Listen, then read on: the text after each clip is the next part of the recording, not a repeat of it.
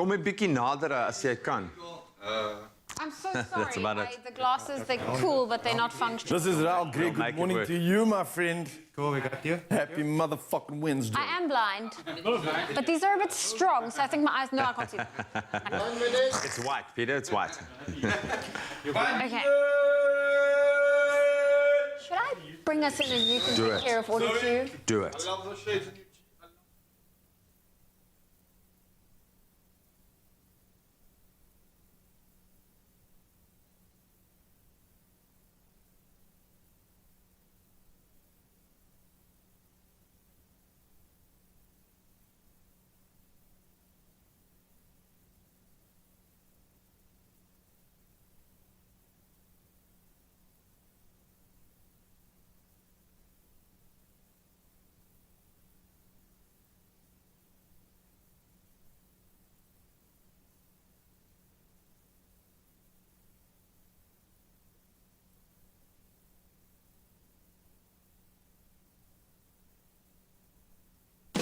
I step into the day with the dawn ringing in my ears. Oh, well, I tune into my TV show. No better way, I gotta get myself into gear. Let's go. Oh, and I feel good today with my wake up in the morning espresso. I feel good today. It's my feel good breakfast show.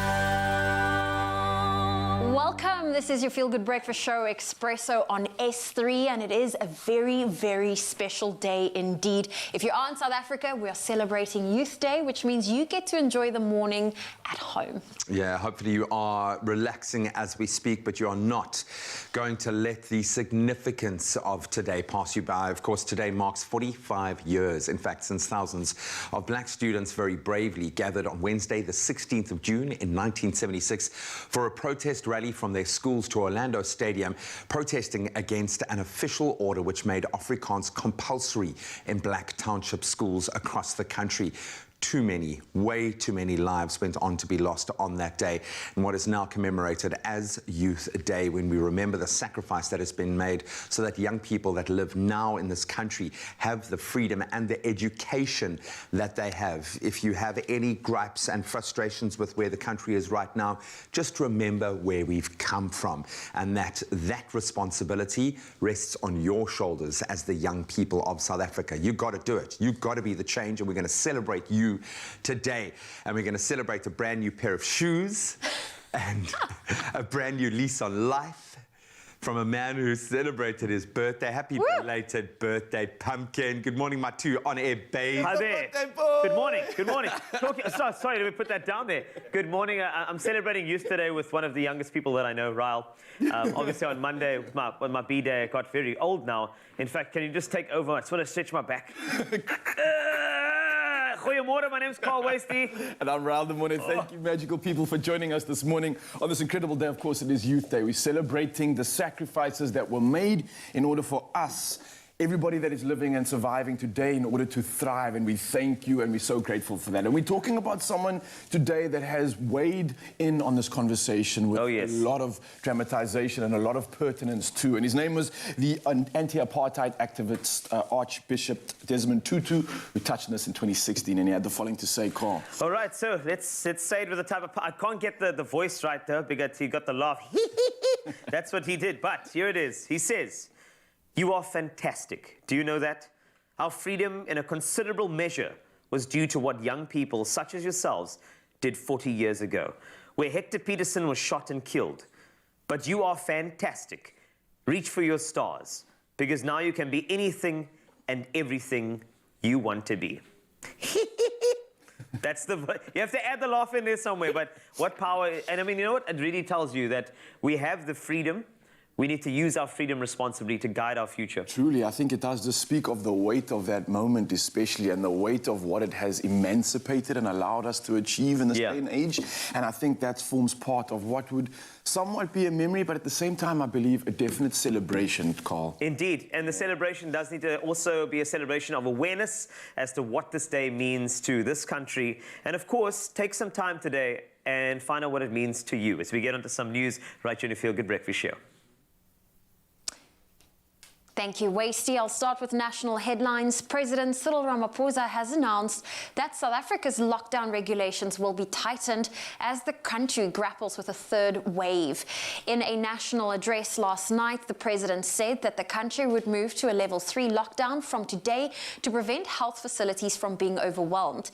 He said that the priority was now to ensure that there were enough beds and healthcare workers to render the best possible care. He added that the country had a mountain to climb as it faced a third wave of infections. And the new restrictions include non-essential establishments such as bars and fitness centres must close at 9 p.m. The sale of alcohol for off-site consumption is permitted between 10 a.m. and 6 p.m. from Monday to Thursday, while on-site alcohol consumption may continue until 9 p.m. All gatherings will be limited to 50 people indoors and 100 people outdoors. Where the venue is too small to accommodate appropriate social distancing, 50% of the floor space may be used. Attendance at funerals and cremations may not exceed 50 people, and night vigils and after-funeral gatherings remain prohibited. Moving to news abroad, the United States said yesterday it would ban the entry of 2 former government ministers of Namibia whose alleged acceptance of bribes caused a political uproar in 2019. Former Fisheries Minister Bernard Esau and former Justice Minister Saki Sangala said were arrested on allegations that they accepted a $10 million bribe from one of Iceland's largest fishing firms in return for awarding quotas on horse mackerel from the sparsely populated southwest African nation. And staying with news abroad, Britain and Australia have reached a trade agreement to eliminate tariffs and regulatory red tape. This follows talks between British Prime Minister Boris Johnson and his Australian counterpart Scott Morrison. The pact, the first to be built from scratch since the UK left the EU, will cover British goods such as cars, Scotch whisky, biscuits and ceramics. But some UK farmers now fear that imports of Australian beef could flood the UK and that they will have to be undercut on price and standard. And next we have some news of a major Youth Day event kicking off at Hilton College today. In celebration of Youth Day today, the Khaleesi Foundation, together with Sport for Lives, will launch the Sport for Lives Manguzi edition. Led by Kwanda Sibia, a team of 6 participants will leave Hilton College in Natal to cycle and run a distance of 500 kilometers to reach Manguzi in 8 days from today until Wednesday. Kwanda Sibaya, the initiator of this drive, is himself a story of preservation and hope, bringing opportunity and tangible change back to his community. The son of a cabbage farmer, Kwanda's family struggled to make ends meet, but Kwanda was inspired by a clipping of a Mark Shuttleworth story and dreamt of a career in science. Today, after a long road of perseverance and hard work, Kwanda is a science teacher and housemaster at Hilton College. Through his Sport for Lives Manguzi edition, he hopes to live and, in fact, raise enough money to support, educate and mentor 2 Manguzi orphan children aged 5 and 6 for a year. Additional funds raised will be directed to the Khaleesi Foundation. The Manguzi edition will mark the first of its annual events, forming part of a campaign series. Well, on that happy note, that's where I leave your morning headlines. Let's take a first look at your sport with Graham.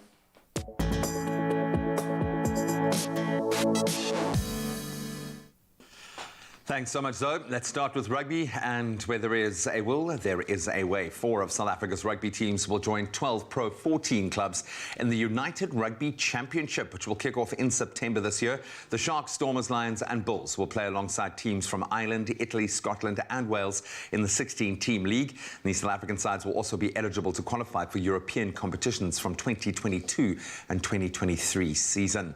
Then on to Euros update. 2 late goals by Cristiano Ronaldo not only secured an impressive 3-0 win for the reigning champions Portugal over Hungary in the Euro 2020 competition last night, but also helped him become the all-time top scorer in the history of the European Championship.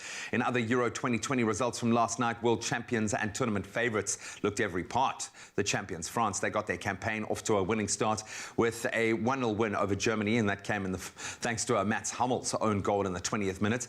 Then there'll be 3 Euro 2020 fixtures today. Interesting ones as Finland take on Russia at 3 p.m.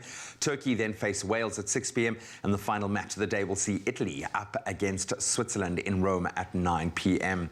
And then finally on to tennis. Again, it's all about grass at the moment, and former world number 1 Andy Murray was able to celebrate his first grass court victory since 2018. That was after defeating Frenchman Benoit Paire at the Queen's Club Championship in London.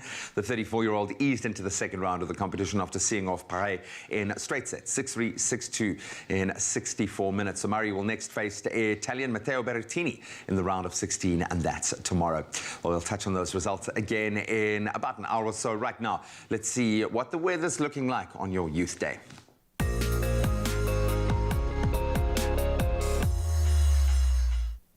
Thanks a lot, G, and we're sending big thanks to all of our viewers that have so enthusiastically stepped up to share their beautiful sunrise photos with us. And kicking us off this morning, we have the stunning view overlooking Durban, sent in by Gavin Pollock, who is more specifically from the Glenwood area in Durban. Next, we move inland, where Tabiso from Verena, Mpumalanga, shared this beautiful fresh morning, showing off the silhouetted image as the sky lightens in the background. Absolutely gorgeous. And if you would like to share your sunrise photos with us, just head on over to the Expresso Facebook page. Don't forget to include your location so we can provide a brief weather forecast for your area too, and of course say your name on TV. Now, while we enjoy experiencing a beautiful sunrise from your part of South Africa, we do have some international viewers tuning in on both YouTube and the Africa channel in the USA. This morning we report on the weather from Charleston, West Virginia, once a frontier town. Today Charleston is the historic, sophisticated capital of West Virginia and home to a variety of exciting cultural and recreational attractions. The state capital, with its gleaming 23-carat gold dome and classic 20th century architecture, is truly a sight to see. And your day ahead will be mostly sunny, reaching a maximum of 23 degrees Celsius. And now for some welcome news for the environment and animal lovers is that a European Parliament yesterday took the first step towards making cages for farmed animals a thing of the past, responding to a petition which had garnered some 1.4 million signatures from more than 18 member states over the past few months. The EU Commission was requested to come up with legislative proposals to ban cage farming. Last week, the resolution dubbed End the Cage Age was passed by an overwhelming majority, 558 in favour, 37 against, and 85 abstentions. This vote marked a historical day in the fight for a cage-free Europe. By adopting the resolution, the European Parliament brought the EU a step closer to finally ending the cruel practice of cage farming, which every year condemns some 300 million animals to live in a cage. That's it for the weather news for now. Let's take a look at the Youth Day temperatures, and starting with you, Polokwane. As always, 6 to 21 for you today. A gorgeous day in Bombela, 11 to 27 degrees Celsius, no chance of rain. Pretoria, 7 to 21.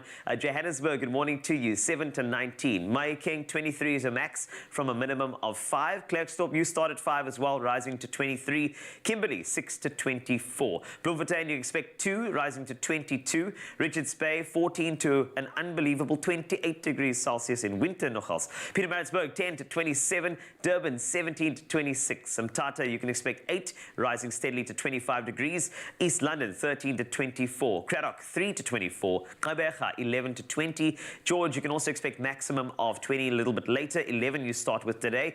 Cape Town, 13 to 19 with a 41% chance of rain. Worcester, 8 to 18. Sutherland, you can expect 1 this morning, rising to just 11. And Uppington, wrapping with you as always, 9. Then that rises to 25 degrees Celsius. That's a look at the temperatures. I'll have another update for you in about 1 hour's time. It gives you some good time to send me those sunrise photos to the Expresso Facebook page. Oh, thank you, Wasty, and of course, a very beautiful day ahead listening to those temperatures. But for now, let's take a look at social media. In fact, we have a good morning question for you that we would love to ask since it is Youth Day. I know, and I absolutely love this question, Zoe. So we're asking everybody at home in Mzansi, for Youth Day, what do you think you can do to really make a difference in the world? Now, this is a broad question, but I think the answers can vary, and I'm looking forward to seeing the answers to what you guys have to say. Zoe, what would you do if you had any way in impacting and really making a difference in the world? Any ideas yourself? side? Well, I just want to encourage people, the same as that Rachel Platten song, Fight Song. My favorite line in that song is, I might only have one match, but I can still make an explosion. So don't take your voice for granted. Don't think, oh, it's just one person, or oh, it's just me. You'll surprise yourself. Every voice counts. Every action counts. And I think it's so true. And even if you are just affecting one person, that's more than enough. You never know the impact of what they might do with that positive energy you give them later on. But speaking of positive energy, Shanaz Moose is in the building, and we're talking about parenting advice coming at you right after this. So don't go anywhere. See you soon.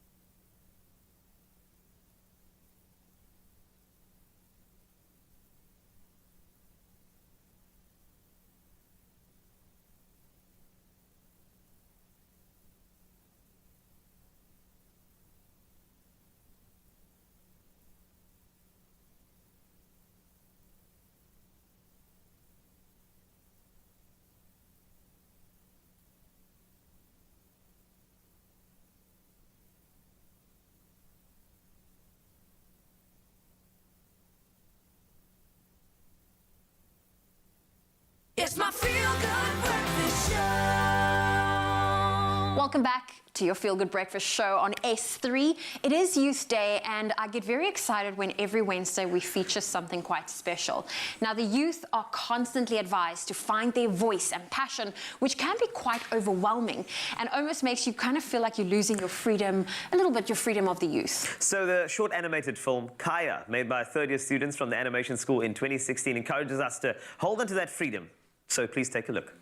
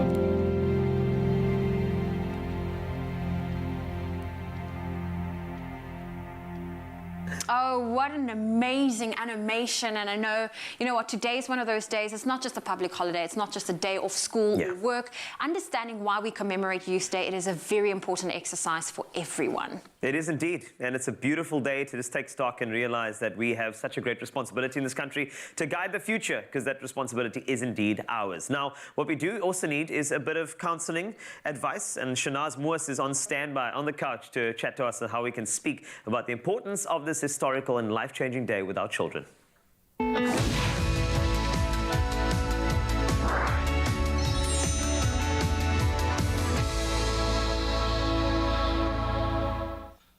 Thanks so much, guys. That animation, the perfect prelude to a chat right now as we celebrate the voices of young people today. And registered counsellor and friend of ours on the show, Shanaz Moos, joins us to talk about the importance of educating our young people about the past and how they can use lessons from past struggles to move the country forward. As much as we want to feel like we are giving them the future, they're going to have to build and take that future. And this is, I think, one area as a parent, I feel the weight of responsibility probably the most. Shanaz, thank you so much. As a parent who's gone through so many of these lessons ahead of me, I get great counsel out of you in these kinds of moments. And this day should be revered. It should be remembered with a great sense of emotion, but we also want to inspire young people to move forward. But lest we forget why we commemorate this day, how do we go about doing this? Explain to a young person, our child, what Youth Day is actually all about. So we all know that kids learn about it at school, and there's massive events often that take place. So I think that that's like a factual, boring, oh, we have to. You ask, what is this? It's a public holiday. What's it called? Youth Day. Why is it called Youth Day? Next thing they say, that only name they will probably remember, and he wasn't the only one, is Hector Peterson. Yeah. So they can string those facts together, but that's about it. They don't. So I think with the passion of the event, man, it was a turning point in our country, led not by adults, but by teenagers. So here's my trick question that I was prepping you for. How old was Hector Peterson when he died? You know, I want to say, because it looks like a group of older, more empowered students, so I want to say 17, 16 at the youngest. So my husband and I had an argument about it as I prepped yesterday, which is why I looked it up properly. He was 12. 12.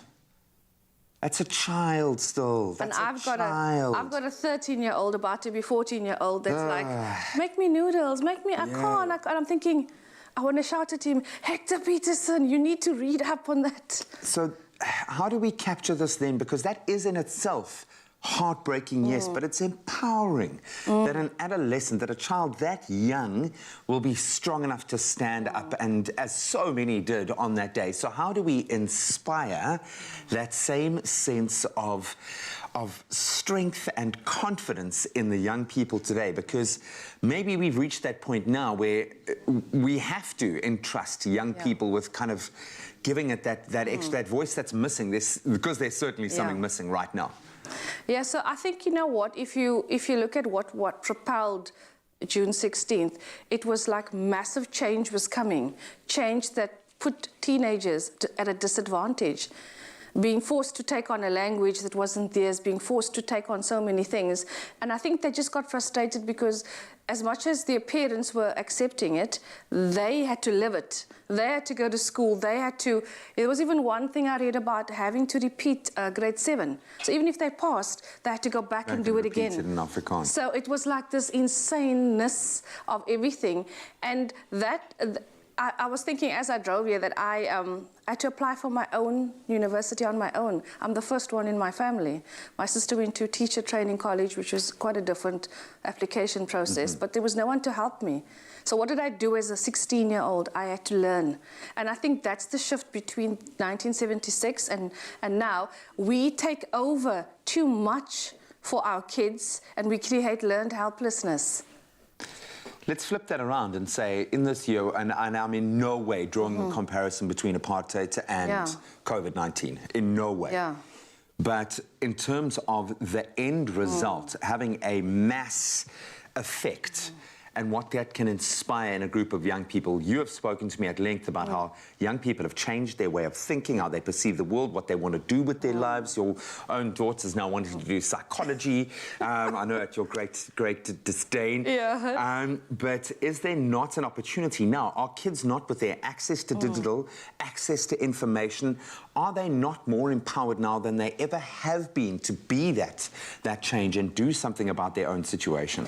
I think yes, in the sense that they're empowered by all the access to certain things, but also it's parents don't understand that the way children is different. So much is online. So what looks like maybe gaming is actually a social meetup of friends playing a game together. So that's like a friends meeting in the park equivalent. So the attitude parents have about technology and being online, it's like this fight instead of like, let's work together. What cool stuff is there? There are courses online for kids. There are so many things that they can do. And the other thing is, not every child will go to university. We mustn't go down that road. It's not necessarily the right path. But every child has a natural gift. Yeah. That is up to the parents to nurture. So, like I was saying, I thought my daughter's was art, but it wasn't. She just told me outright, that's not why. She might just be good at it, but it's not what drives her passion. Yeah, she is amazing at it. But my thing is that nurture what is there, and that could be where the entrepreneurship skills. So if a child is good at baking, yeah, and we want our kids to be insanely rich so they can look after us in our old age. Come on, that's the whole point here. Thank you so much for that. We're going to continue our discussion. I'm really interested to hear about and maybe understand more about the knock-on effect of what we've been through over the last year. We feel the trauma of it. We're starting to process these things emotionally. How are our kids going through that space as well in our efforts to empower young people, because it is Youth Day, a day to think about exactly that. Oh, thank you, G-Man. Well, listen, how's this? If I had to give you the chance to give 10,000 Rand to any cause that's close to your heart, where would you choose to donate that money? Yeah, or would you choose to donate it towards a youth education, or maybe even a cause that involves taking after or looking after the environment, or maybe just something to do with animals? I don't know. So I know when it comes to animals, you've got a massive soft spot. I have a soft spot for animals. I have a soft spot for children, but a project that's very close to my heart right now is one called Project Orange. We kickstarted it last year, and it really is cool. The Olifants River Valley citrus farmers all pledged oranges, and what Project Orange does is it makes sure it gets into vulnerable communities so that they get the necessary vitamin C that they need, especially during winter. Oh, that is so awesome. I love that. And there's so many cool initiatives. I was just looking at one the other day, just on our coastline, the 9 Mile Surf Project as well. It's an incredible initiative using people in their communities to kind of create idols and role models out of them, and at the same time also just creating something passionate that they can then give off to their fellow friends and the community as well. So I mean, so many cool ways to do it, and courtesy of my school, my village, my planet, you actually have a real chance of winning 10,000 Rand for a cause which is close to your heart, plus 10,000 Rand for yourself. Now how cool is that? And all you got to do is swipe your My School card in the Woolies or other retail partners, and it's that easy. It really is that easy. And to get yourself closer to that incredible prize, register for the competition online at myschool.co.za and then get swiping in store. And if you don't have a My School card yet, you can still sign up. It is really quick and easy and quality to win. Now you can find all of the competition details and those T's and C's on myschool.co.za. Good luck. Good luck. Only you can make my day.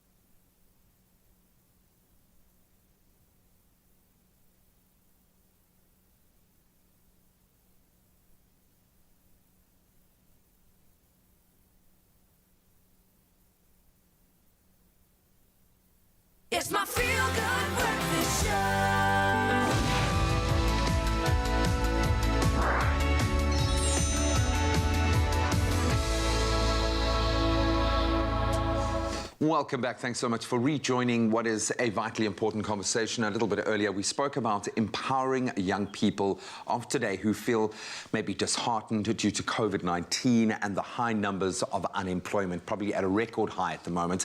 What can we as parents do? Where do they fit into it when it comes to commemorating the 1976 Soweto uprising, which we need to remember as an anchor, if you will? Registered councillor Shanaz Moos joins us to continue the conversation. We're thinking about this on levels because you have to, and there is an historical component that I don't want to drift away. I don't want to make it about too much about now, because today is very much about remembering then and how important that moment was as a turning point in the consciousness of the country and the Black consciousness movement in itself. How do we make our children aware of this, have that conversation and get them to the heart of it? Because surely we also still need to reflect on that and understand it. What are the words that we use? How do we discuss what happened on that day, especially with a child that's coming into their own, maybe in that adolescence, as many of the kids at that age. I can't believe Hector Peterson was 12 years old. So if anything you take away from that today, that will be that start the conversation a little bit earlier than you. So I think that, you know, when we look back at that, there's so much power was no, it wasn't given, it was taken. They took the power and they decided we are in charge of our own destiny. So we want to tell our kids about the power that you have, like the short animation where this child was being forced into an adult world, but she had dreams and she could fly. And that's essentially the self-belief. So changing the current circumstances is what they did in 1976, and it went on for more than a decade. It had such a massive impact on the rest of the country and the world. The parties in exile, for instance, that activated all of that. So it wasn't like, oh, we don't want to go to school, which is what children might think, let's all go ride. It was like, we are unhappy with what we've been given. You know, let's propel our own future into the direction that we want. So this is what that means, that children have power. Our children have power to change and move their life, not to play Fortnite 24 hours a day, but in a way that... man, you might be changing the world through Fortnite. You never know, man. I'm not knocking it, you know. No, for sure. Well, that brings me to my next point, is how do we then transfer that notion to the current context? How do you suggest young people of today utilize that power to bring about a change? So obviously, that was their challenge then, but what is a youth's challenge now?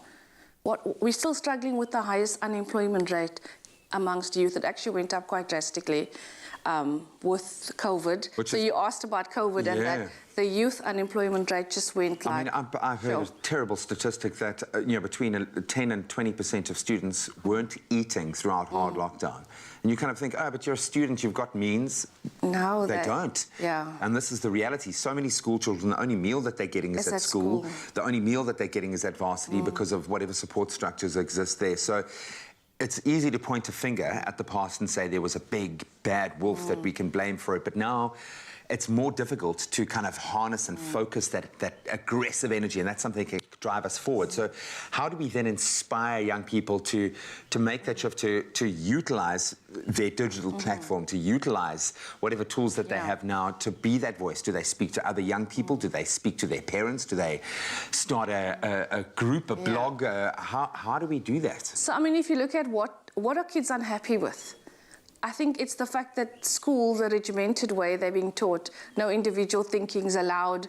You know, the things that we need in adulthood aren't given in teenage years or even early childhood. So we want them to understand that what are you not happy with? Then we have to help them, I think, with this mobilize. So how do we go? Social media is like a massive platform that they're much better with. Create an awareness campaign, or whatever it is, do something, but they don't believe that they have power to do that. So for me, the problem with youth is, and I see it in the counseling I do, there's a huge feeling of being disempowered. Very controlling parents who are fear parenting, and parents who are guilt parenting. You will study, you will, and you will. Not who are you, what would you like to do? And when you raise kids, we should raise the youth to be, how can you change the world? Yeah. What is so special 'Cause you about can. you, Graham, that changes the Look at world? what Greta's done. You You know, look, I mean, there are kids out there that are literally changing the world every day. Exactly. I need a podcast. I need an hour-long podcast to be able to get through With singing half and of this. dancing. With singing and dancing. But as always, looking at our children, we hold up a mirror to ourselves. And I think this conversation starts with ourselves. Maybe do a bit of research yourself today. We might have forgotten the important elements from what we learned in history. The fact that Hector Peterson was 12 years old when he was killed on that fateful day in 1974. That, for me, is enough to spark an entirely different conversation.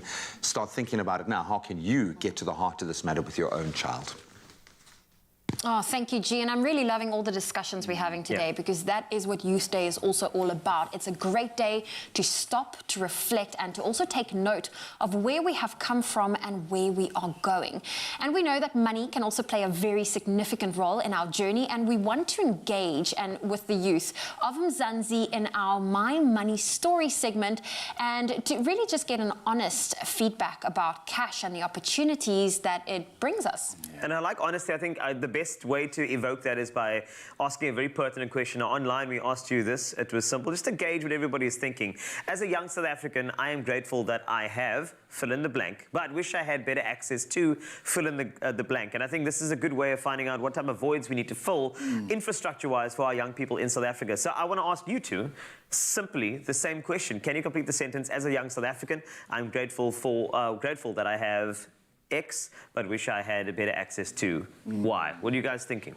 I know I can definitely be grateful and go on and fill that gap quite a bit, but for me, it's got to be this level of freedom that I'm able to kind of play with and enjoy as I'm experiencing life. I mean, back in the day, and a lot with my parents as well, there were certain beaches, there were certain mountains and certain areas that they just could not experience. Yes. And I've been given and gifted the opportunity to do so. So that for me is something I'm absolutely grateful for. I ever wish I had a better level of access, I guess, to more liquid funding. And I'm going to be genuine with this because I feel someone in my position, potentially someone of color, has experienced discrimination when it comes to access of liquid funds in order to generate more. So that's something I would love to see change. It is changing. We are getting there, but I just think more improvement on that will allow emancipation and more opportunity for us to achieve and grow.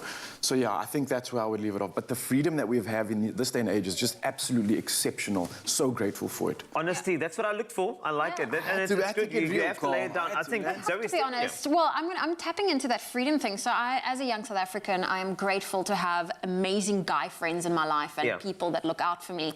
But I wish I had better access to freedom as a female to walk from point A to B without feeling a man needs to be next to me to protect me.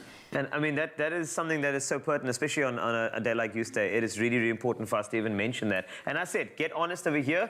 Personally, I just think that I love the opportunity, if I could answer this as a young South African, that I am grateful that I have opportunities in my life, but I wish I had better access to emotional intelligence coaching, because I think a lot of the poor financial decisions come from a lack of emotional intelligence, where you're thinking that you're going to buy something to give you more value.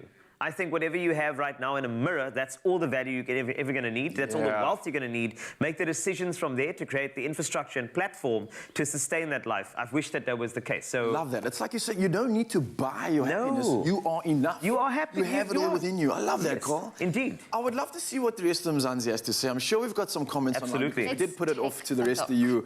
And I know you're going to come through with some beautiful answers. So Zoe Oosthuizen says, as a young South African, I am absolutely grateful that I have freedom, but I wish I had better access to college or to work. So I think a very similar context to what we've been speaking about. Thank you for that, Zoe.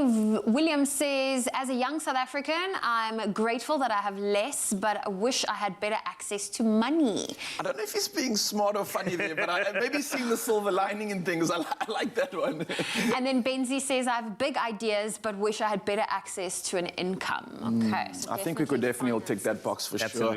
And again, I see some more coming through. We got Tondanska Nemagovani, and I hope I pronounced that correctly. As a young South African, I'm grateful that I have education, but wish I had better access to money. So true. Education so important right now. There we go. Lebogang says, as a young South African, I am grateful that I have free education, but I wish I had better access to getting a job. Yeah, a lot of us looking for more income, a lot of us looking for more jobs and more ways to make money, but we are grateful for the freedom and opportunities we have. And now you, Mzansi, if you're hungry for advice and want to take your money money and future more seriously, then here's what you got to do. Visit youthx.liveevent.co.za and watch Shaw Majosi's live masterclass today at 12 p.m. That's going down, yes, you heard it. And she'll be sharing valuable life lessons from her journey as well as some practical advice for anyone looking to make it in the arts and entertainment world. Yeah, Very cannot wait for that, man. It's going to be a goodie.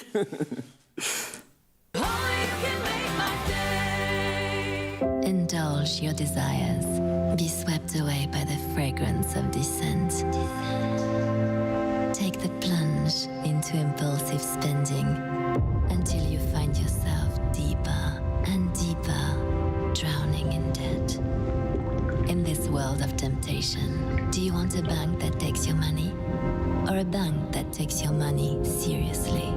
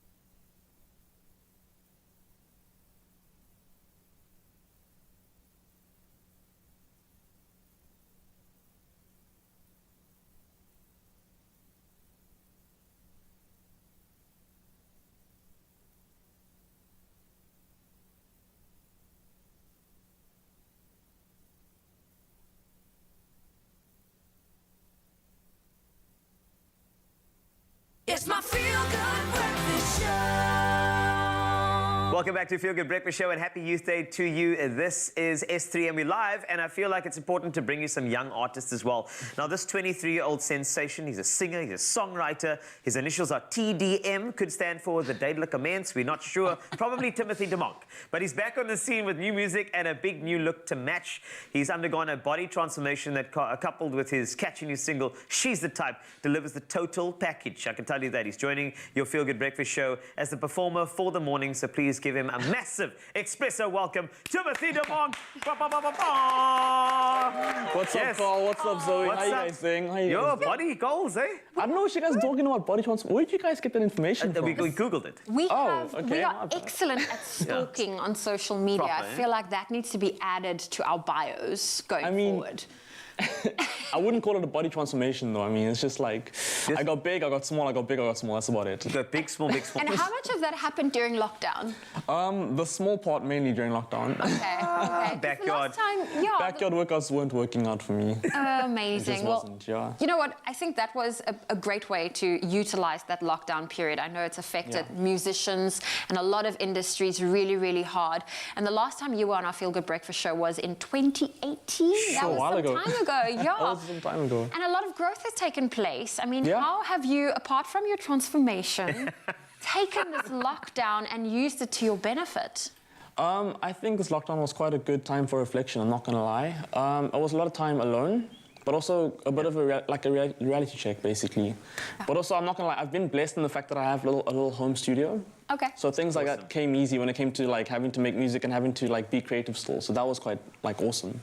Okay, it's good. I mean, I've been seeing some of the live performances here and there because, as I said, we stalk you. Now, the thing is, I know it's not a body transformation, Yeah. but it's always good to know that you're looking after your wellness. You know, they call it health and fitness. I call it just wellness, you know. Exactly. So what was the real trigger for you? I know we all have our moment where we're like, yo, the wobble is too much, or I need to just keep it tight. So what was your trigger to get it going? I think I've always been in the gym like since grade 9, about then. Okay. Just focused on getting faster for sprinting in high school, then from there getting bigger just for the fun of it. Yeah. But right now it's more, I wouldn't call it wellness because I've been doing Muay Thai and I have my first fight coming up end of the month. But that's wellness right there. I mean, Time, my brother. getting smashed in the face isn't exactly... I feel like it is because you are really pushing your body to the limits, and I think it's beautiful. And I think it's amazing. I think it's fun. I signed up for the first fight and I'm pretty like psyched about that as well. You do your white collar Muay Thai fight? Not proper. It's competitive. proper amateur. Like proper, I mean like it's going to be headgear, gloves, all those sort of things. Not like a... You need to Google Tong Po. I need to Google a lot of people, I think. Get some moves from Get some moves from them and just learn everything, know what I mean? Totally, man. But Timothy, it's great to have you here, especially with the fact that you've got new music out, your Thank you guys latest for inviting single. me back, anyway. She's the Type, Yeah, and She's I the feel like Type. it's speaking to me because it's about falling for the wrong people and like Oh, wow. I'll be honest with that. Personal. But like, what was that writing process like for you? Is it something you personally experienced? I think all of my songs is something I personally experienced. It was more... I actually heard a very nice piano loop and I ended up making that my own by just sampling it, chopping it up, making it my own. And then once I was happy with how it sounded, the lyrics just started flowing easily when it came to like mind with which memories I was involving with the whole tune, the whole beat, and like it just flowed, I guess. It wasn't a very long process for this song actually. Okay. All right, so just in a nutshell, 2021, it's a big year for many. I know we just heard some news around, the level 3. Yeah. But for you, what is next on the cards? I mean, besides a Muay Thai fight, a couple of things to look forward to? So I'm not going to be releasing an album this year, but I have had a plan in place, which is to release a single every 2 months and then be in the public's face, like social media-wise, be creating videos, be creating content, just putting myself out there constantly every day. Just keep them hungry. Just keep them hungry, and then... Just give them little bite size. Yeah, exactly. Then once I would say I'm big enough in my own head, like for this whole like music thing, then I'll drop an album and hopefully it won't go over everyone's heads, sort of thing. Okay, nice vision for the year ahead and the year after. Now, I know we are commemorating Youth Day today. Is there a special message that you feel is very important for the youth to take from you? So I think these days we shouldn't take for granted the types of freedoms we have when it comes to education, and also just even if you want to go your own way and just start a business sort of thing. Like, I think that sort of freedom shouldn't be taken for granted. I think we're really blessed in that regard in making our own path in life nowadays and not being forced to live a certain way. I like that. Man, thank you so much. Timothy DeMarco will be performing for you. We're going to go from Muay Thai to music a little bit later on Your Good Breakfast Show. There is a classic mayonnaise that brings out the traditional French in 3 levels of tanginess. The mild classic, the medium classic, the strong classic. Tangy the way you love it. Made with love by Clover. Yeah, from magic and Muay Thai and music and everything else to the kitchen, we're going to continue to commemorate the youth of yesteryear, and we're also celebrating the youth of today who are doing absolute magic things. Now, what better way than to celebrate with a favorite, a classic masala steak sandwich. Yeah, here to show us how it's done is the man that has been deemed as one of the best not snack makers, but definitely steak makers in the world. I'll make you a steak snack. In the world, G. You've made a big statement here. The best steak maker in the world. I enjoy it so much, and it's probably, like, of all of the things that we've taken from these amazing chefs and foodies that we work with, this has been the one that's really stuck, and Chef Clem really unlocked it for me. But this is a method that I've never done before, so I'm really interested to see how it, and I'm kind of understanding it as I go along. But I have a feeling we're going to make something truly delicious, but this is all about the flavor. But quick question. Flavor. What on earth are you doing fiddling in the pan when you haven't even started with the steak? I know, look, so I wanted to get a lovely kind of caramelization on the onions first off. So I wanted them to look beautiful and brown before we started. So they've got a beautiful color on them. And what we're going to do is jump right in. So a nice generous glug of oil there. You want them to really fry. We've got our roasted masala spices. We've got some smoked paprika. We've got a little bit of crushed garlic going in there. And while you're doing this, I said the salt and pepper's going in, but yet you still haven't added the steak. What's going on, G? So What's happening? I want to kind of, and you do this with a curry as well. We've been taught, like, really activate those flavors. Look how beautiful that looks. And this is going to obviously add a whole different flavor profile to the steak. So what I have done with the steak And this, Clem, was, like you said, the difference between a restaurant quality steak and what you normally make at home is putting salt on your steak in enough time for it to form that. You can see it's already starting to get that kind of glisten on top. You sprinkle the salt on both sides and you leave it out. So it's got to be at room temperature. You've got to leave it out the fridge for at least an hour. Okay. Hour, half hour or so, salt it so it gets that glaze, and that's going to give you that beautiful crust on the outside. Okay, so look at this. Sure. We've got beautiful flavor, all active. I gotta You say, can the smell it. smells are so good right now, man. So what I'm not gonna cook it on top of the onions. So I'm gonna move those aside because I think we still want to get. Okay, so you're using some of that crust. flavor now for this next sort of char process. Ooh. And you want a hot pan for your steak. You want it to be as hot as possible so it kind of forms that caramelization on the outside of the steak. Okay. With this, I would go for kind of like a medium for a masala. You don't want it to be too rare, but definitely not too tough. All right. And then, you know, you're going to cook it, depending on your liking, probably about 5 minutes on either side, depending on the thickness of the steak. We've gone for a porterhouse steak here, which has got a nice kind of balance of fat, a little bit of marbling, maybe not as much as a ribeye or even a rump steak. But I've got to say, this is such a amazing, different technique to me because I'm so used to, like you had mentioned and like you taught me, put the steak in first and then we'd look at the flavor afterwards. It seems like we flipped that around. We're working on focusing on the good masala You're really vibes. getting that flavor in. And what I'm really understanding is you'll see there's a little kind of carafe of water here. Okay. I'm only going to use that once. I'm going to speed up this process just a little bit. So it's going to be a rare masala today. But just so we can get through the full spectrum of. But you'll notice on the pan, hopefully you guys can see that. Just like we get this beautiful caramelization on the steak, and you can see the flavor starting to kind of form there. Look at all the caramelization that's left on the pan itself. And that's So the good stuff, eh? That's the so loving, half of man. the flavor and the fats that are now rendering in the meat, that's all being connected to the pan. So what we're going to do here, and I'm probably going to misuse this term completely, but this is what having watched a lot of reality TV says to me. So once we've turned this guy around, and just imagine, I would probably do this a little bit longer until there's a bit more of a crust there. But we're not going to use the whole kind of 5 minutes of our segment for that. We're going to use just a little bit of water.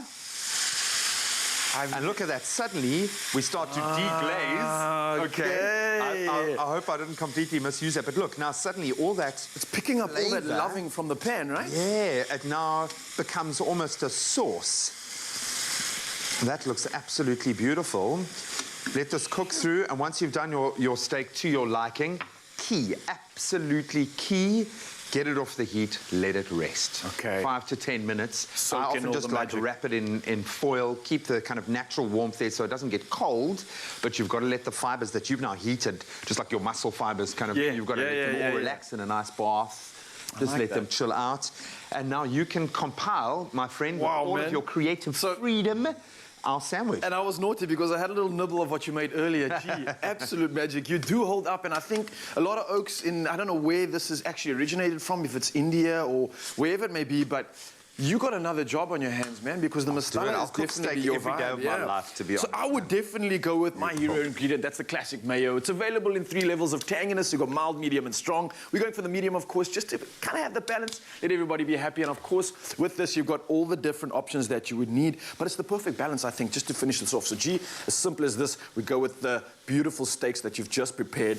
Get a little dollop of this hero ingredient in here. The tanginess for me is just the perfect balance, especially if you think your masala is too strong. Yeah. This kind of just and coats it's it going all. to add a nice kind of creaminess and something to counterbalance the rich spiciness. And this is the joy of making your own masala, is like steak sandwiches. You can do it exactly how you like it.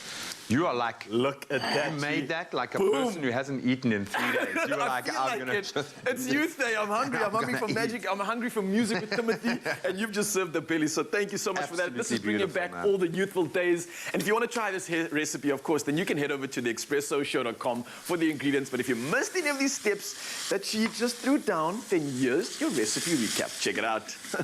Well done, man.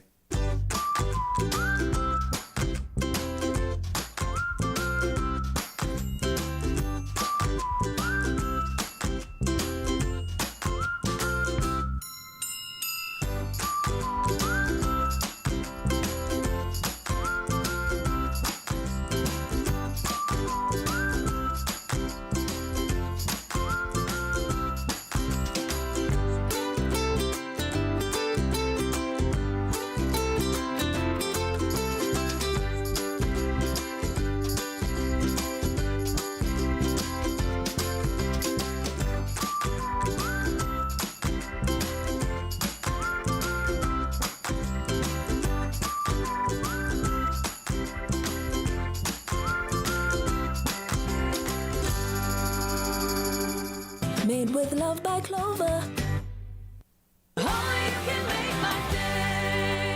There is a classic mayonnaise that brings out the traditional French in 3 levels of tanginess. The mild classic, the medium classic, the strong classic. Tangy the way you love it. Made with love by Clover.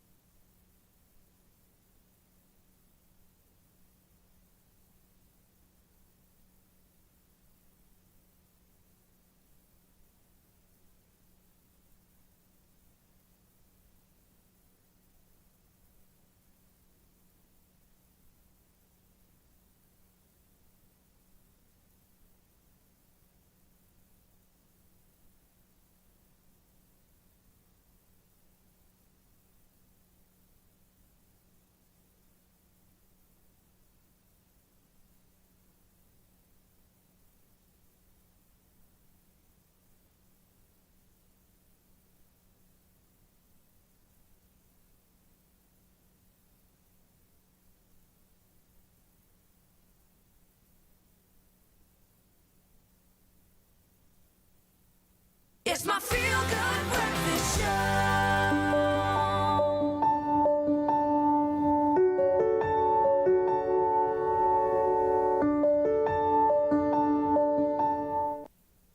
Welcome back to Feel Good Breakfast Show. And of course, we have to explore words. I love words, I really do. And if I said the words to you, something like amakanda, as well as mahe, or maybe even ayers, would you know that they are the same word? Just translate it into different languages. By translating just one word a day, you could. Yeah, you could. Now, you can visit cadbury.co.za and help co-author a library full of children's storybooks in a variety of African language for future generations. So today's word is simple. It's good for breakfast. And a feel-good breakfast, eggs. And we're looking at some of the different African language translations for the word. Now, we'll start off with Xhosa, amakanda. Amakanda. Amakanda. Amakanda. So that particular Q click I enjoy because it's got that whole kanda. Yeah, I like there we that. go. All right, and then we've got eggs in Sesotho, which is mahe or mahe. I think I'm pronouncing that correctly. I want to make sure on that how I'm doing it correctly, and I'll verify that in the studio later on. But I mean, this is how we learn, man. But that's the beautiful thing is that I feel like when you sample languages, what you do is you create bridges between individuals. I love like that. When somebody corrects you, what they're doing is they're welcoming you into that particular language, which I love. And it's such a lovely and way. I think, oh, you're the way with words that today. is what it's word thing. I love words, okay? And I think that's quite beautiful about it. So, I mean, if you want to just say it in your house, like amakanda, or even mahe or mahe, it's entirely up to you. How do you like your amakanda? Yes, just wait. You know what? At breakfast this morning, just walk into somebody and just go, hey, how would you like your amakanda today? And they'll be looking at you like, what? And I think that's a great way of starting. This is what language does. It bridges the gap between people. And just let us know if you would like to say your home language. But of course, translate the word eggs for us. I think it'll be fantastic and maybe even excellent for you to actually do that and jump forward and make sure that we are indeed just connecting. It's so important. I love this campaign so much. It is indeed. So translate a word a day. We want to know what the word egg means in your home language. Bring it on. Come through on the social media channels, and we want to share it with the world and bridge and connect our people. Absolutely. Visit cadbury.co.za and I'll create storybooks. And remember, the hashtag is in our own words. Time for other words of the news. Here's Zoe.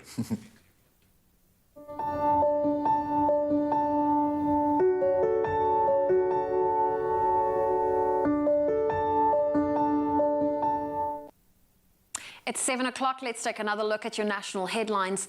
The South African Democratic Teachers Union, SADTU, has welcomed the announcement that 300,000 doses of the Johnson & Johnson COVID-19 vaccine would be available within days to vaccinate SA teachers.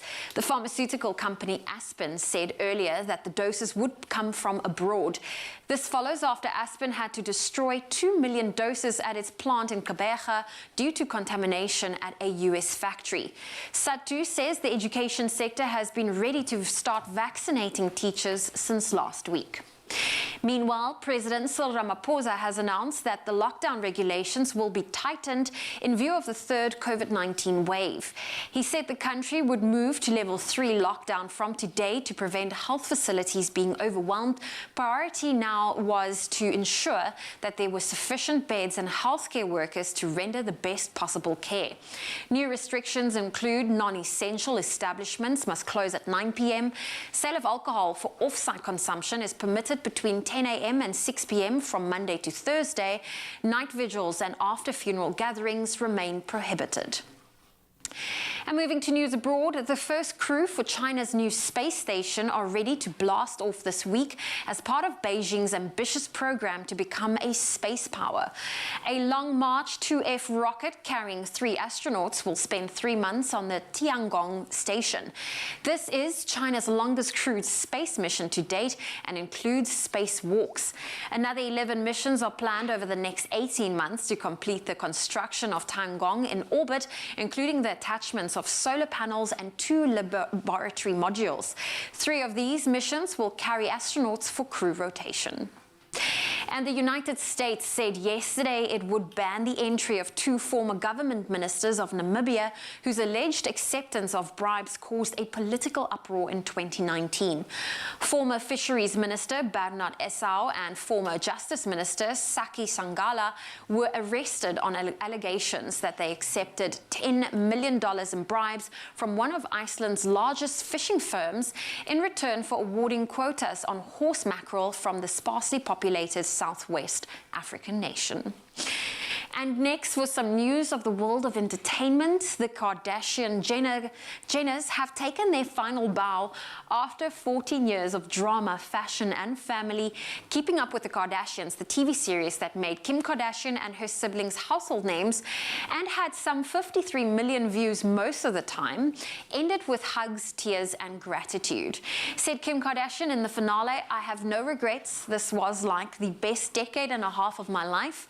And the mom of 4, her sisters and mother shared fond memories from the show and thanked fans for support with love throughout the years.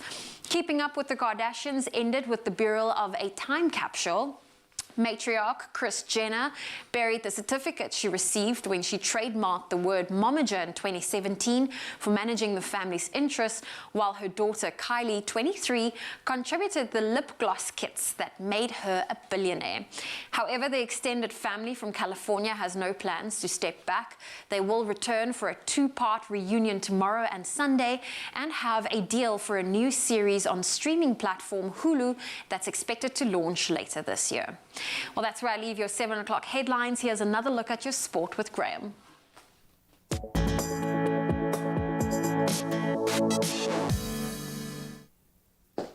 Thanks so much. So let's start with rugby. Where there's a will, there is a way. 4 of South Africa's rugby teams will now join 12 Pro 14 clubs in what has been called the United Rugby Championship, and that'll kick off in September this year. The Sharks, Stormers, Lions and Bulls will play alongside teams from Ireland, Italy, Scotland and Wales. That's in a 16-team league. The South African sides will also then be eligible to qualify for European competitions from 2022 to 2023.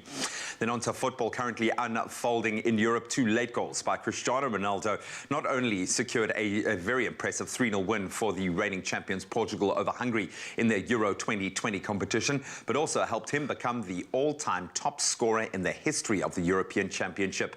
In other Euro 2020 results from last night, world champions and tournament favourites France looked every part the championship side.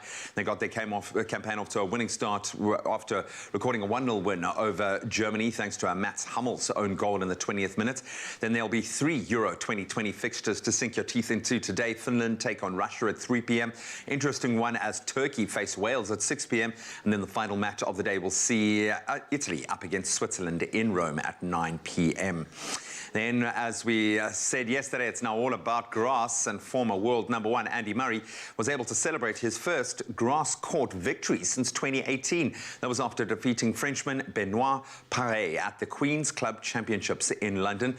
The 34-year-old eased into the second round of the competition after seeing off Paire in straight sets 6-3, 6-2 in just 64 minutes. So Murray will next face Italian Matteo Berrettini in the round of 16 tomorrow. Right, we'll touch on those headlines again at around 8 o'clock. Right now, let's see how the skies are looking in your neck of the woods.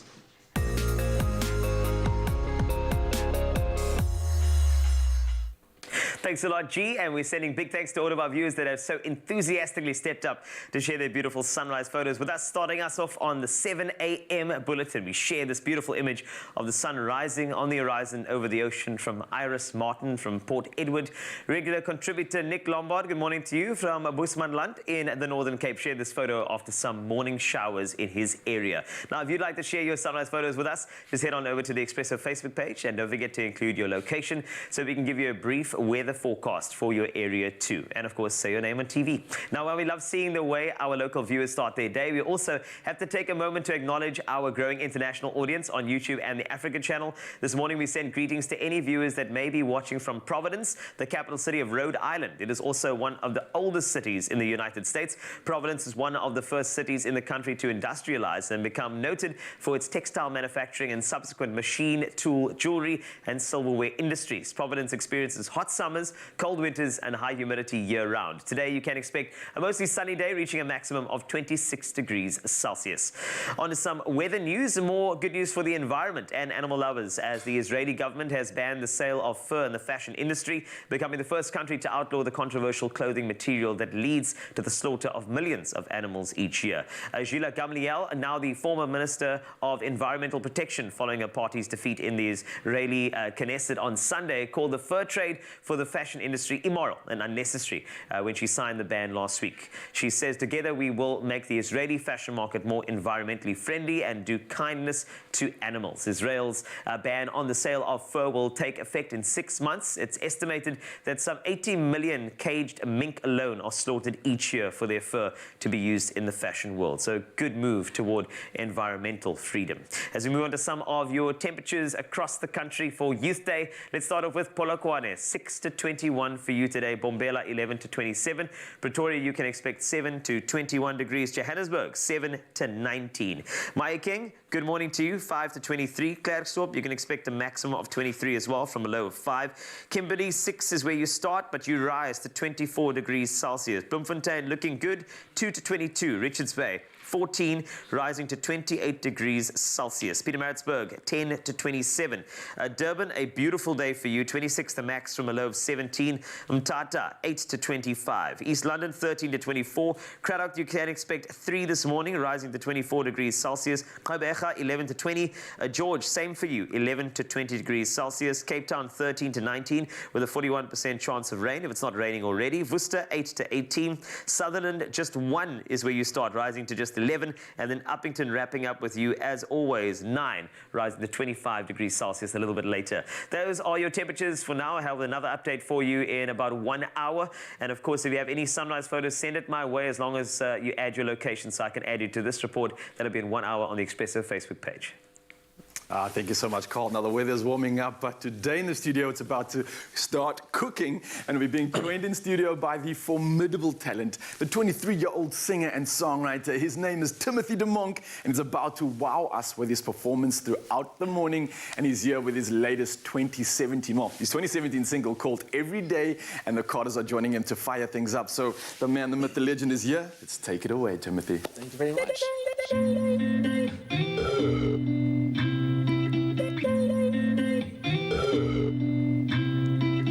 Yeah, you can say the words that hurt the most, but I would never really look too close. And now you're searching for a better love, and I just left you and I gave you up. And short skirt, she's flying high. Whoa, she wants that other guy. And I saw them driving by. Whoa, tell me what you like. And she gives me highs and she gives me lows, and she tells me every day that she's not alone. And she gives me highs and she gives me lows, and she tells me every day that she's not alone. She tells me every day, day, day, day, day, day. She tells me every day, day, day, day, day. She tells me every day, day, day, day, day, day. She tells me every day, day, day, day, day, day. And you can can say the words that hurt the most, but I would never really look too close. And now you're searching for a better love, 'cause I just left you and I gave you up. In short skirt, she's flying high, whoa. She wants that other guy, and I saw them driving by, whoa. Tell me what you like. And she gives me highs and she gives me lows, and she tells me every day that she's not alone. And she gives me highs and she gives me lows, and she tells me every day that she's not alone. She tells me every day, day, day, day, day, day. She tells me every day, day, day, day, day. She tells me every day, day, day, day, day, day. She tells me every day, day, day, day, day, day. In short skirt, she's flying high, whoa. She wants that other guy. I saw them driving by, whoa. Tell me what you like. And she gives me highs and she gives me lows, and she tells me every day that she's not alone. And she gives me highs and she gives me lows, and she tells me every day that she's not alone. She tells me every day, day, day, day, day, day. She tells me every day, day, day, day, day. She tells me every day, day, day, day, day, day. She tells me every day, day, day, day, day. She tells me every day.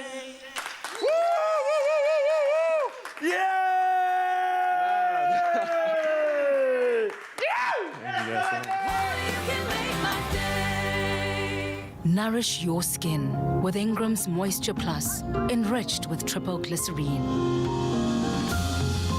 For 48-hour intensive moisture. Ingram's, your skin, your brave.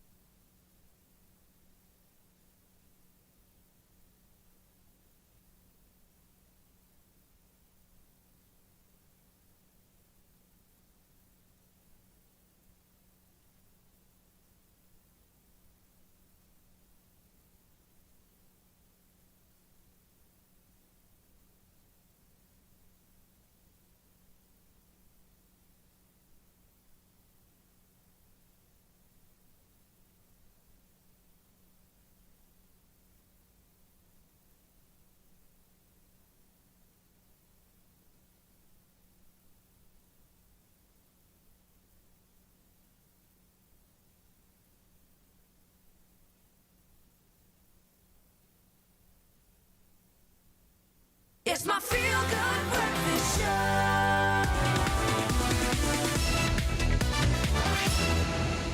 Welcome back, you beautiful souls. Yes, we are live right here on S3 opening up. It is Youth Day, and of course, it's the Expresso show. Now, with the winter chill here, there are hundreds of people in our country seeking shelter and warmth from this absolute cold weather coming in during winter. And this is why we've partnered with a game to help Gift of the Givers and the Homestead Project for street children with a blanket drive set to beat those winter blues. Oh, and we need to beat those winter blues. And Kabakazi Mate, the director at the Homestead Project for Street Children, she joins us in studio to, really share some light onto the work that they are doing. Well, let's find out more exactly how we, as, the public, can also support and give the gift of warmth this season. Kabakazi, it's so great to have you here. Thank you. Thank you for joining us. For having me. I'm so fascinated because I love the vision that the Homestead Project for Street Children have. It's that no child should live, work or beg on the streets. Talk to us a little bit about some of the work that the Homestead Project for Street Children is doing in the communities in Cape Town. Okay. Actually, the homestead has been around for more than 39 years. We are based in Cape Town, and we are working with children who are from the streets and children who are at the risk of becoming street children. Yeah, actually, we don't really like the word street children because they don't belong to the streets. So they come from the streets, but we provide all the needs that they have, which is the physical, psychological, and developmental needs. So we have programs which are residential care programs, which is the last resort because no child should be staying in the center. Every child should be having family care or be under parental care. But where there is none or where the environment is harmful for the child, then the child can be provided another alternative, an appropriate alternative, which is where we come in. Then there are children who are living in dysfunctional families, and we can't remove them, but we can work with the families so that they can take better care of the children. So those are in the community, and we've got drop-in centers for them so that they can come to the drop-in center, they get healing, they get developmental programs, they become children again. They don't have to deal with the everyday negativity that they deal with every day. And we do visit the families as well because we've got a family strengthening program so that not everyone knows how to take care of the child. There's no manual, and there are really extremes that children are exposed to, and we need to work with the parents so that we can teach them positive parenting, and we can work with their strengths so that it's a strength-based approach. Work with the strengths, what they're good at so that they can better take care of the children. So all these centers are where the problems are, and understanding the communities. A lot of children are exposed to violence, they're exposed to domestic violence and gangsterism, abuse. A lot of parents are abusing substance, and they chronically neglect their children. And for a child who's 7 years, 9 years old, having to take care of themselves, cook for themselves every day, where the parents are not able to give proper care to children. So that's where, that's where we come in. So our work is not just to give them shelter and food, but the impact of being in the streets is so damaging to the child that there's a lot of psychological issues that we need to help them with. So once they deal with those, and we can then introduce them to developmental programs where they can explore their talents and even understand who they are and what they are strong in and what they're interested to do. But it's difficult to think about that when you've been exposed to the streets and all you've been thinking about is depression and abuse and bullying, everything, all the horrible things that are in the streets. Yeah, and that's why we want to give warmth to the kids. We want to make sure people can get involved, and that's why Game came on board. What does it mean to be able to partner with Game and Gift of the Givers and be part of this amazing blanket drive? It's actually exciting because our Game it has about 25 stores, and it's across the country. It means that a lot of people can engage and be involved, because I'm sure there are a lot of people who like to contribute or do something, but they don't know how. And sometimes there are these NGOs who are really not doing what they claim to be doing. So when you've got reliable stores that Game, it's easy for someone to just go and buy a blanket and donate. Actually, a lot of Game stores are participating in this drive, and anyone who's willing to donate, they can just go there and buy, or they can bring their own new blanket from home, which then they can donate to Game stores. Okay, and then anyone else that maybe wants to even further reach out to you and your organization specifically, how can the rest of Mzansi maybe get involved? We do have an active Facebook page. If you punch in the Homestead SA Project for Street Children, you'll get through to us. We will be available. It is amazing. Well, Nkabakazi, I want to say thank you for the beautiful work that you do, that the Homestead Project for Street Children are doing. And of course, let's beat the winter blues with Game and join the blanket drive by donating any new blankets to the collection boxes that's placed in selected stores across the country. The collection bins will be available until the end of June and will be donated to the vulnerable children and families in need this cold, cold winter season.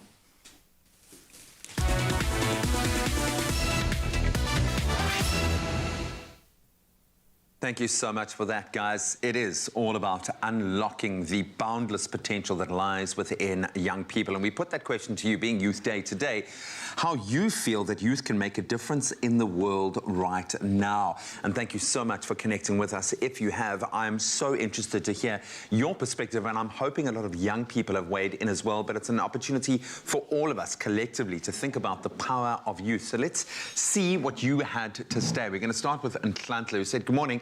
They must study hard to open their own business and be creative to live their lives to the fullest. They must stop demanding and open their own garden. I love that. Start creating it for yourself. Jordan Martin saying, good morning, Expresso Show family. Right back at you. I believe that even just one voice means something, and that same voice can also make a difference. You do have a voice. Use it.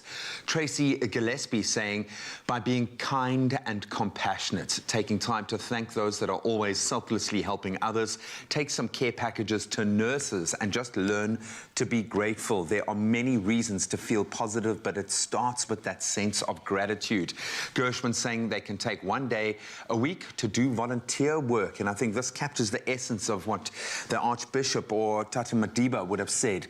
You've got to live a life in the service of others. That is how we move forward collectively. Thank you so much. Some amazing comments coming through. Keep them coming on all of our social media platforms. Did you see that was us on TV? Yeah, that was us. Did you see the picture Yeah. there? Hey, I was doing this and you were just chilling there. Look at ours, thumbs up. Look at that. Okay, let's just do it this way. And as we continue our day of celebrations for Youth Day, we have very special messages from one of South Africa's most prominent and young rising stars. Take a listen to this. It's Shoma Josie. Hi everyone, this is Shoma Josie, aka the Black Cinderella. This Youth Day, I want us to bear in mind the many people that sacrifice so much for us to be able to have the opportunities that we have today. I think we owe it to all of them to be our best selves, and of course to take the struggle forward. Yeah. Oh, well, listen, some wise words from an incredible young African voice.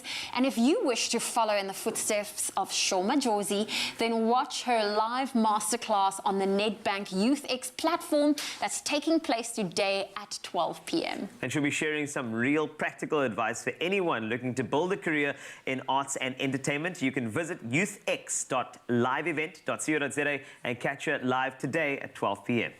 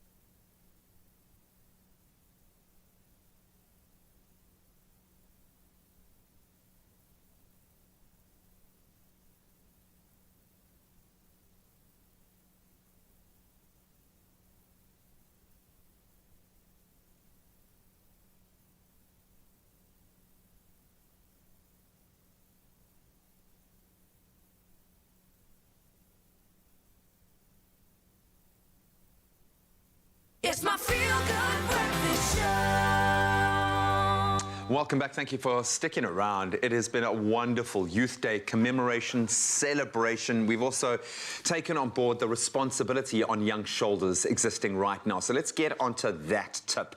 Every year on Youth Day, we have the opportunity to celebrate and mainstream young people's voices, their actions, and their initiatives.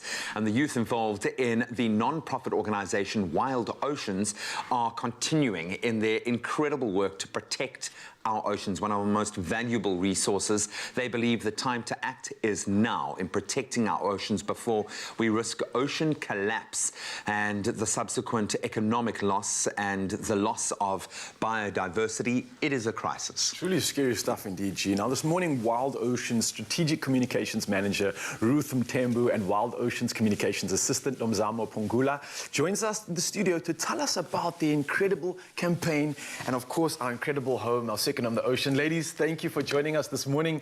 I gotta say thank you firstly, because the custodian work you're doing to protect that beautiful playground that we all get to enjoy, I can't thank you enough for this work, man. But what exactly is Wild Oceans all about? What is the work that you're doing? And more specifically, listen to the Oceans campaign. Can you weigh in on this? Sure. So thank you so much for having us. First of all, Wild Oceans is a program of an even bigger trust called the Wild Trust.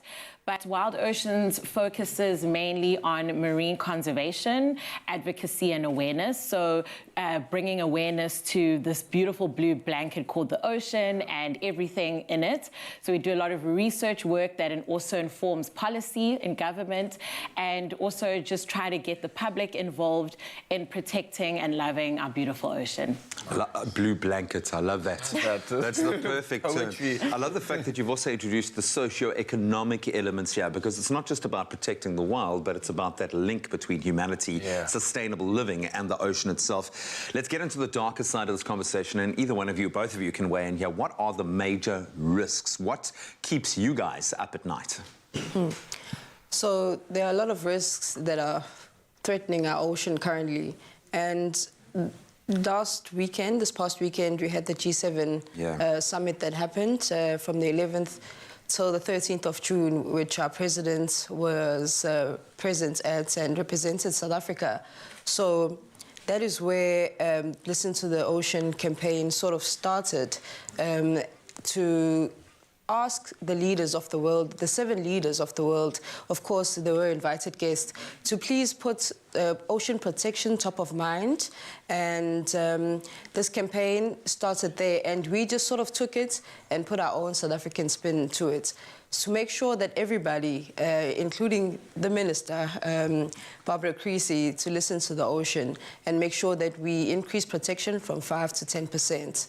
I don't know if you'd like to add. Just to add to that, I think what keeps us up at night is the threats that the ocean faces. So sometimes a lot of us don't even understand what's going on out there, but the threats we face are overfishing, industrial activities like offshore mining, and so those activities that are putting a lot of stress on the ocean keeps us up at night, and we try our best to bring that awareness to South Africans and the world.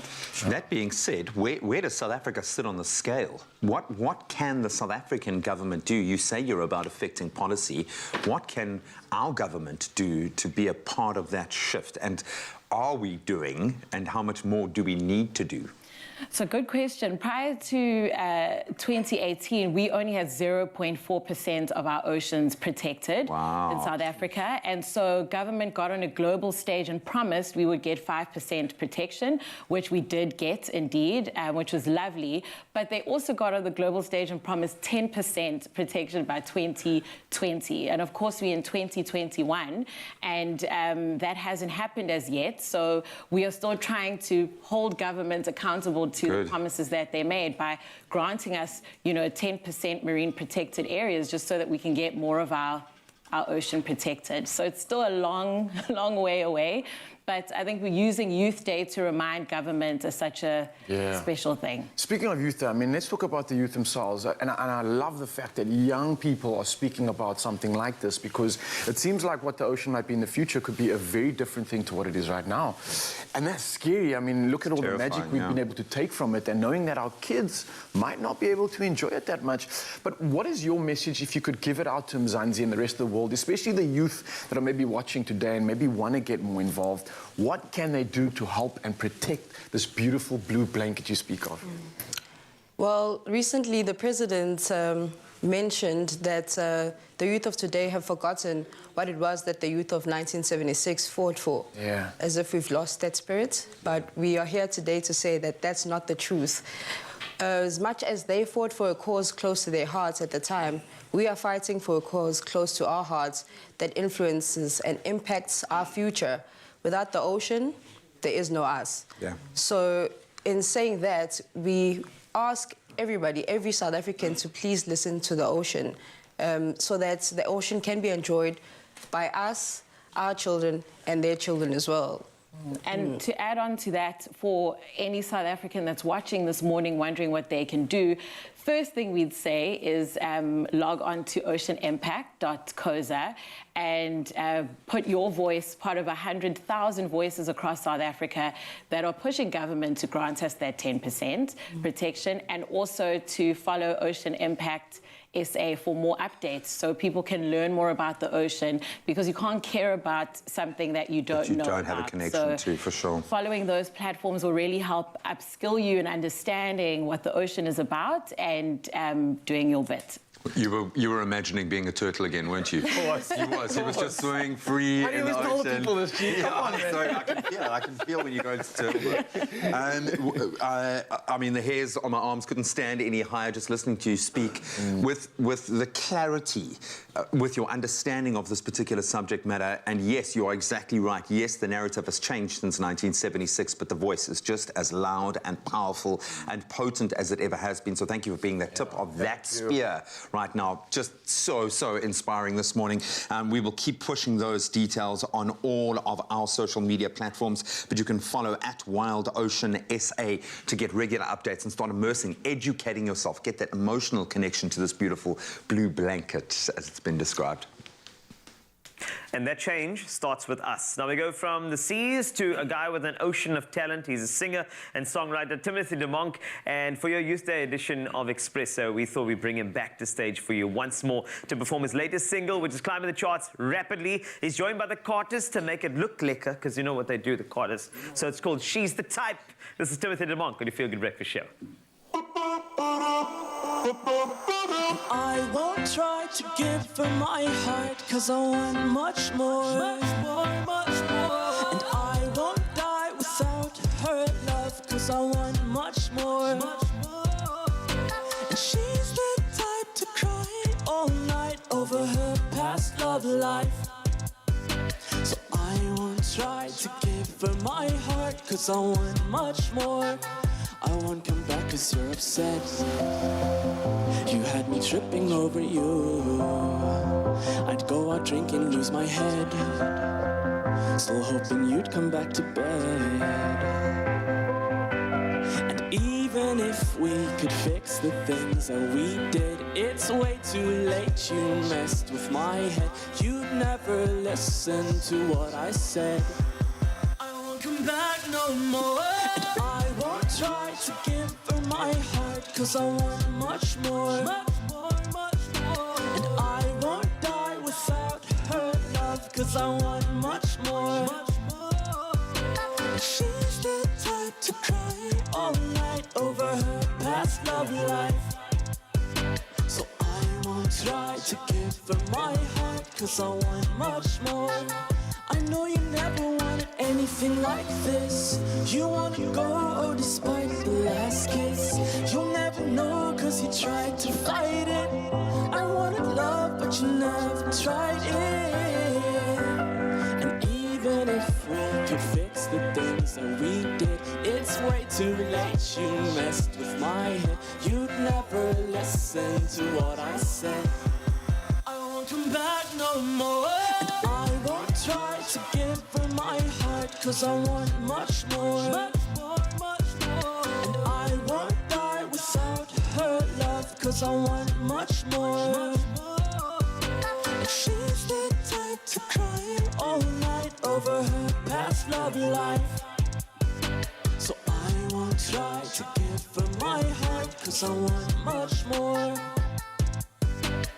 I won't won't try to give her my heart. I want much more. And I won't die without her love. I want much more. And she's the type to cry all night over her past love life. So I won't die.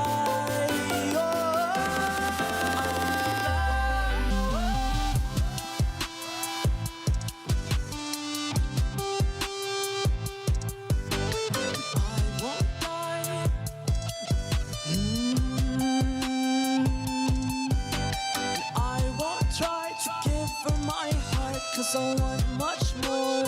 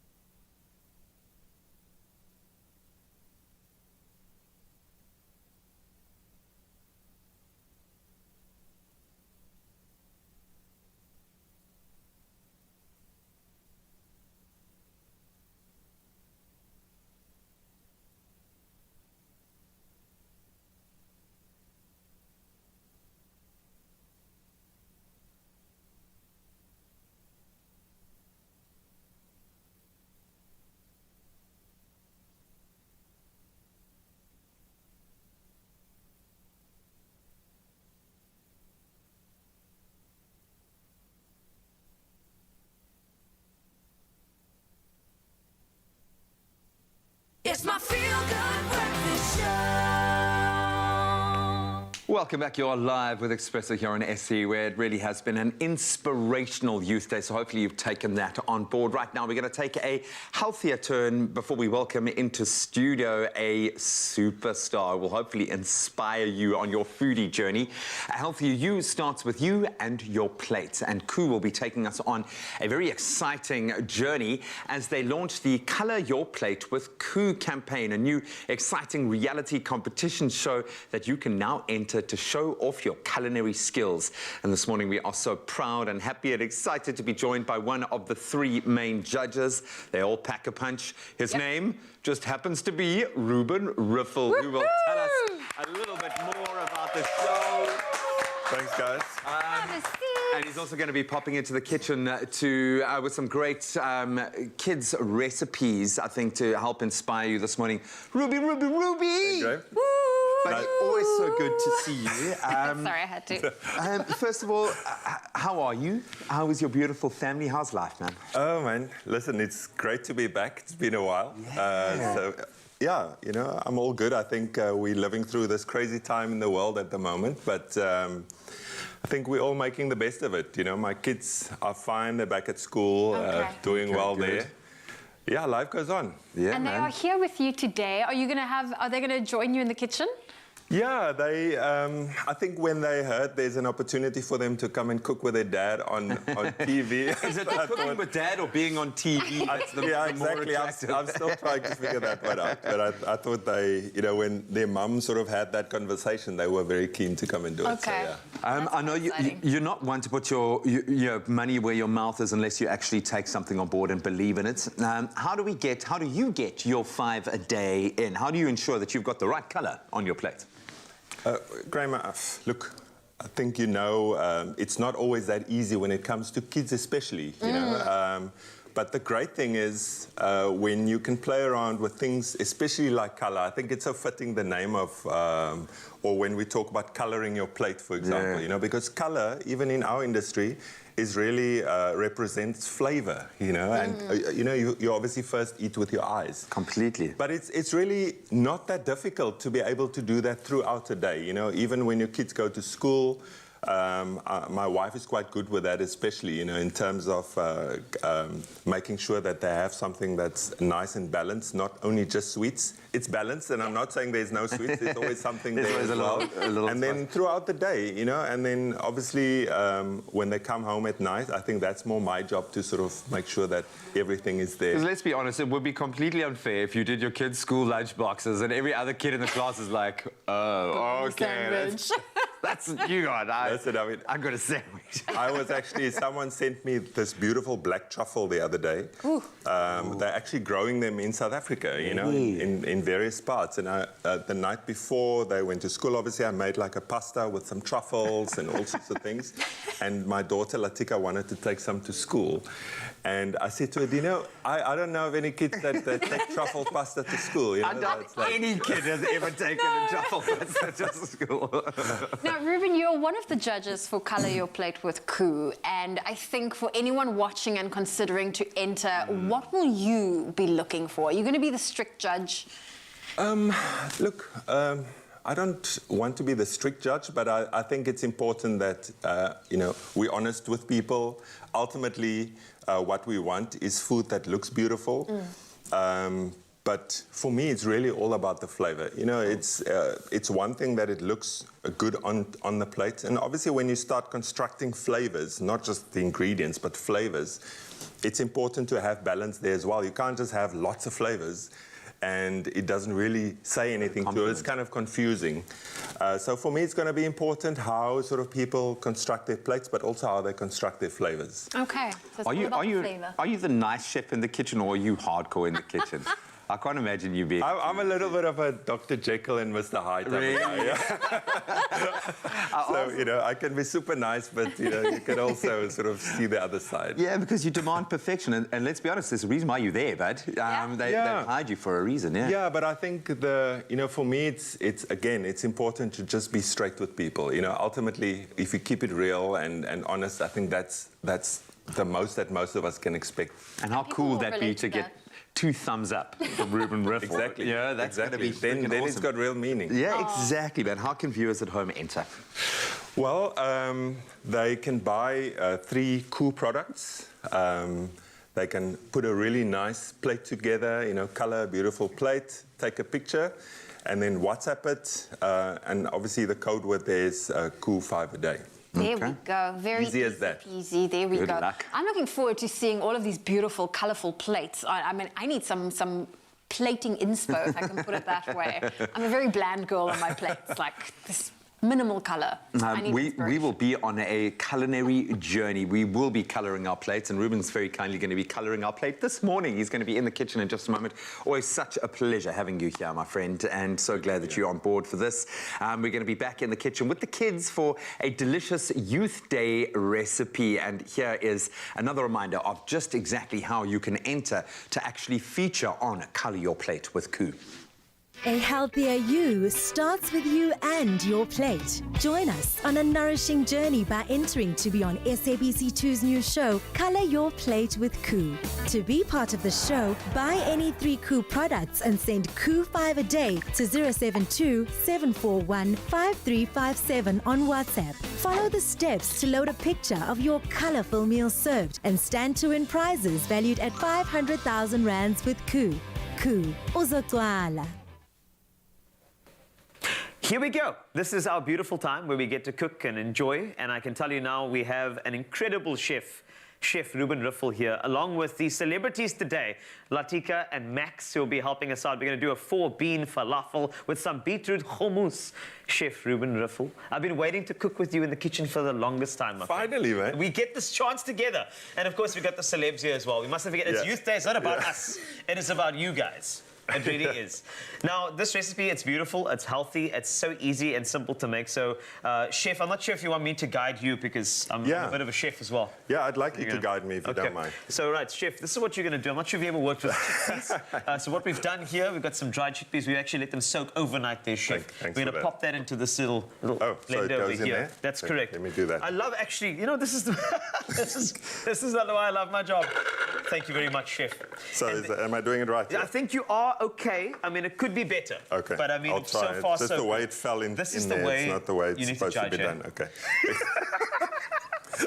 And of course, we have to give the kids something to do. And then what we're going to do is we're going to get that a bit, get some texture in that, and then pop in the 4-bean mixture we have there from Koo. Look at that.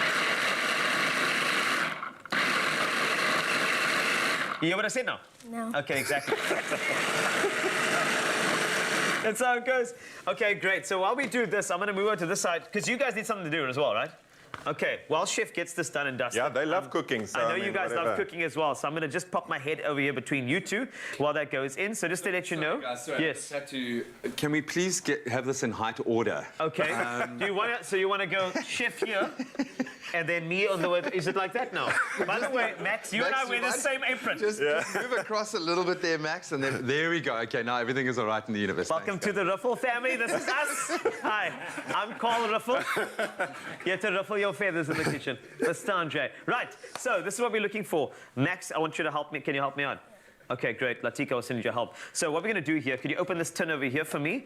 And then I want you to, and do you know what the mixture in a chickpea can is called? It's called Aquafarm. But, okay, there we go. You got Chef Tip. Aquafarm. Can I help you?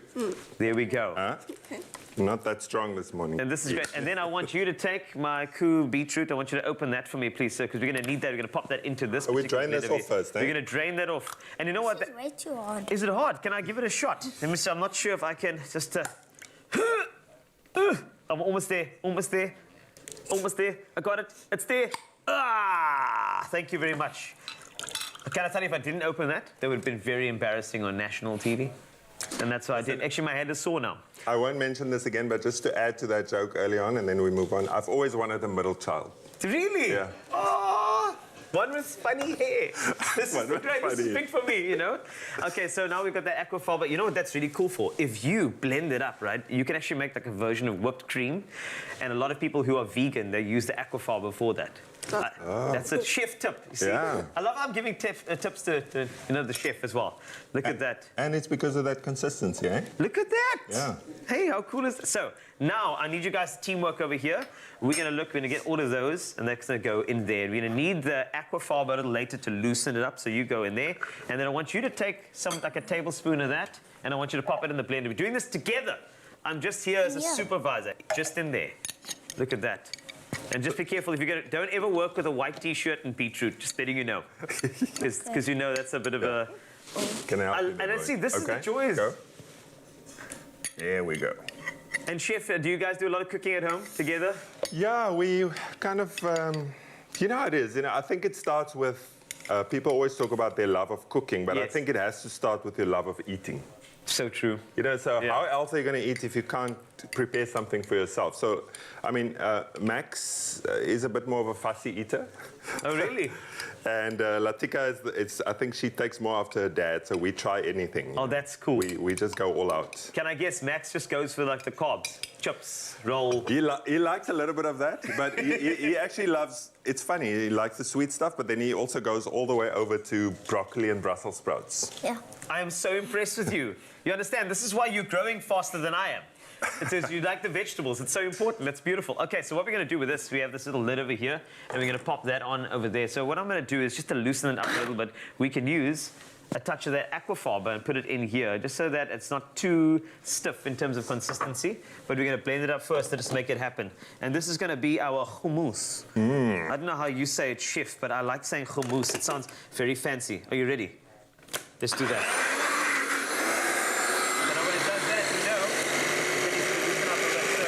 You to do. And Chef, we've got some of those spices in there, and I mean, of course, you know you love your spices, eh?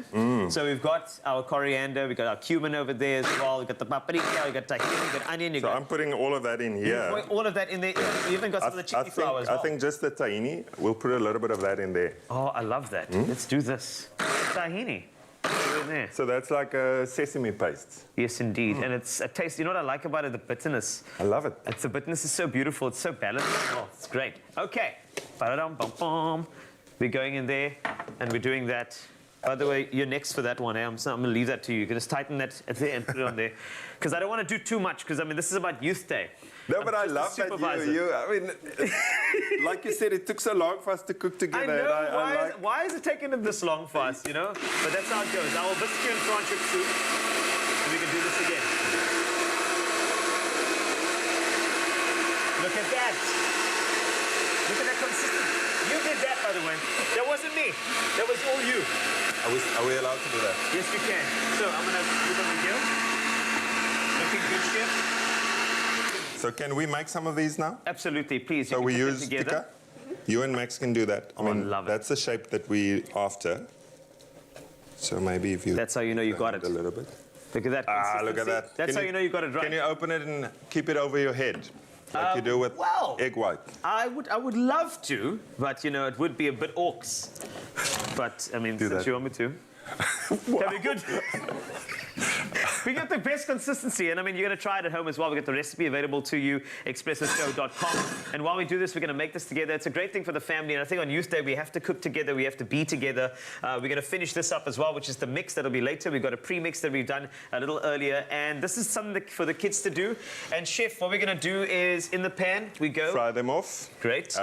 Just get them a little crispy, and then we'll plate it up after that. Lovely. And in the little bowl there, what it looks like preserved lemon type, it just looks gorgeous, eh? It really does. Just you have to smell this because, I mean, it's just such an amazing ingredient. Oh my gosh. That can be used in, I mean, love that. Especially if you make, you know, especially vegetarian dishes, yes. Curries. But we can kind of chop that up into a little salad. You can even put it in your mix here. It's amazing. It really is. And you can make this yourself. It's very easy to do. I would love to add that, a beautiful zestiness to add to the dish as well. So while we got Max Latika as well as Chef Ruben Riffel, we're going to finish this off and enjoy that a little later. I want you to try it. We've got the recipe on expressoshow.com. It is something for Youth Day. Give it a shot. It is 4-bean falafel and beetroot hummus, because you have to have a sense of hummus every now and then.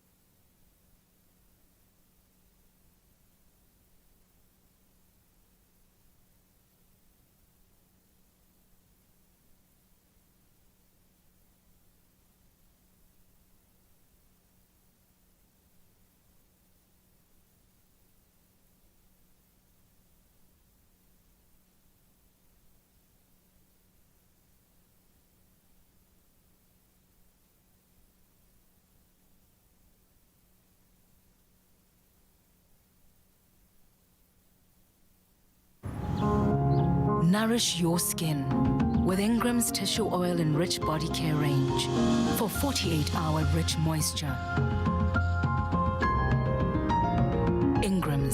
your skin, you're brave. It's my feel-good breakfast show. Yes, welcome back, beautiful souls. We're still celebrating Youth Day, of course, and we are about to talk about Father's Day right here on S3 as you're opening up on your Feel Good Breakfast show. Now, Father's Day is obviously an incredible opportunity to tell your dad how much you appreciate them. Wow, and it looks like the studio is trying to do that too. Yes. But obviously, we get so many dads out there. You got experienced dads, granddads, dad-in-laws, stepdads, like dads, girl dads, serious dads, goofball dads, adventure dads. The list goes on. But there are so many million fatherly types out there, and without a doubt, there are at least that many reasons to say how much you love him. And Zoe, I believe you're going to do just that. I am. You know what? My dad, it's the funniest thing. So he always says that, you know, he doesn't eat takeaways, he doesn't eat sweets, but he might not order the takeaways, but whenever there are takeaways left over in the fridge, the next day it is gone. The slab's in the cupboard, the next day it is half, and he will never ever admit to it. So I actually think he is secretly a chocoholic, but he will never ever admit it. So for Father's Day, I am spoiling the surprise, but Dad is getting some really cool PJs. That's obviously from Woolies. He is obviously and the best this dad is nice and thin. It's cotton. So he's in Durban. I mean, they don't really experience winter the way we do. So this really is perfect. But because he's an undercover shopaholic, and chocoholic rather, and he won't admit it, I thought I would get him a whole range of chocolates because I'm not actually sure which ones he likes because he seems to like them all. So I've got this 18-piece dark milk and white chocolate selection. Of course, it is locally produced and absolutely incredible. And then, of course, I mean, I have a weakness for white chocolate. So this is white chocolate coated whole almonds. Are you the daughter that gives it to the dad and Dad, you got to share it this? with me. I knew it. He needs to share it with me. He needs to share it with my mom because she loves her nutty chocolates. And then, of course, I love this. The Chuckles shortcake in milk chocolate. And, of course, I've got him the big slab. He needs to now admit he loves chocolate. There are obviously some yummy Chuckles also in the gift box. And like I said, I went all out with the chocolates because he needs to go all out. He's got confess every option. that he actually has a sweet tooth and not just blame it on the girls in the house. And then, of course, there's also this great variety. This one's got 31% cocoa solids. It's the milk chocolate, the hazelnut truffles with dark chocolate praline. And then, of course, this one with 57% cocoa solids is the dark chocolate cherries soaked in liqueur. Of course, all of these that one are is an locally absolute dream. I think your dad is either going to be absolutely angry because he's like, Zoe, you're giving me an extra 5 kilos for Father's Day. He won't be angry. You found my kryptonite. Well played. There we go. So he's getting a ton of chocolates. Yeah, well done. And I think he deserves that and so much more. I mean, it's Father's Day, the perfect opportunity, like we said. And here's another opportunity because we're going to congratulate yesterday's Woolies 1,000 Rand gift card winner. And can I get a drum roll, please? Brrr. A big congratulations to Nolene Lewis! Happy shopping, Nolene. Well, Nolene wrote the following message to her hubby. She says, it takes a real man to be a dad, and babe, that's you. Thank you for being a role model to our kids. Thank you for accepting our oldest as your own, and the sacrifices you make don't ever go unseen. Happy Father's Day, my husband. May God strengthen you more to be the extraordinary dad that wants you to continue to be. You are an amazing father. Hashtag Woolies Dad's Day. What a beautiful message. Now, if you want to stand a chance to win a 1,000 Rand Woolies gift card, just share your personal Father's Day message on our Facebook, Twitter, or Instagram competition page post. And of course, you can find that on Woolies. You can use the hashtag Woolies Dad's Day. And the competition closes at 9 a.m. this morning. So hurry up. The T's and C's can be found on expressoshow.com. So what are you waiting for? Your pops is waiting. I know. And I mean, listen, I'm quite jealous. I feel like some of these need to at least go to me. Maybe you won't mind if you I need just to have plan a one trip less to in that Durban bag. and really just get all these chocolates to my dad in one piece. Hopefully he didn't count how many boxes there were, because I don't think all of them were. Maybe one will be missing. Nope. I'm really, really okay at dadding. I'm strong, confident, and my dad jokes are rad jokes. They're not dad jokes to me, they're just jokes. Let's take a last look at some of the news headlines from around the world, and starting off with beaches along the KZN South Coast reopened yesterday after a lack of activity regarding the annual sardine run. The KwaZulu-Natal Sharks Board lifted the ban on bathing at 11 beaches along the South Coast, which was implemented to accommodate the annual sardine run. Shark nets had to be removed to allow the sardines and accompanying marine species such as sharks and dolphins to pass. However, the Sharks Board said swimming was now permitted, but that it would be monitoring sardine-related activity by means of land and aerial surveys.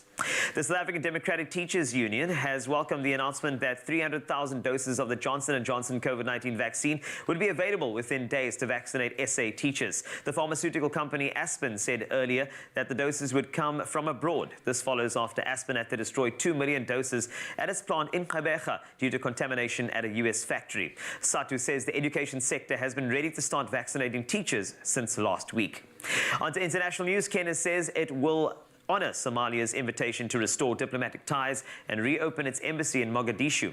It added that Somalia's ambassador to Kenya could also resume duties in Nairobi. Ties between the countries were severed in December after Kenya hosted the leadership of Somaliland, a breakaway state not recognized by the central government in Mogadishu. Somalia earlier accused Nairobi of meddling in international or internal Somali affairs, but Kenya denied the accusation. On to the skies. The first crew for China's new space station are ready to blast off this week as part of Beijing's ambitious program to become a space power. A Long March 2F rocket carrying 3 astronauts will spend 3 months on their Tiangong station. This is China's longest crewed space mission to date and includes spacewalks. Another 11 missions are planned over the next 18 months to complete the construction of the Tiangong in orbit, including the attachment of solar panels and 2 laboratory modules. 3 of these missions will carry astronauts for crew rotation. And next, news of a major Youth Day event kicking off at Hilton College today in celebration of National Youth Day. The Kolisi Foundation, together with Sports for Lives, will launch the Sport for Lives Manguzi edition. Led by Kwanda Sebia, a team of 6 participants will leave Hilton College in Natal to cycle and run a distance of 500 kilometers to reach Manguzi in 8 days, from today until next Wednesday. Kwanda Sebia, the initiator of this drive, is himself a story of perseverance and hope, bringing opportunity and tangible change back to his community. The son of a cabbage farmer, Kwanda's family struggled to make ends meet, but Kwanda has inspired by he was inspired by clipping of a Mark Shuttleworth story and dreamt of a career in science. Today, after a long road of perseverance and hard work, Kwanda is a science teacher and housemaster at Hilton College. Now, through this Sport for Lives Manguzi edition, he hopes to raise enough money to support, educate and mentor 2 Manguzi orphan children aged 5 and 6 for 1 year. Additional funds raised will be directed to the Kolisi Foundation. The Manguzi edition will mark the first of an annual event, forming part of a campaign series. On that lovely light note, that's a wrap of your news headlines for the morning. Let's check out your sport. Here's Graham.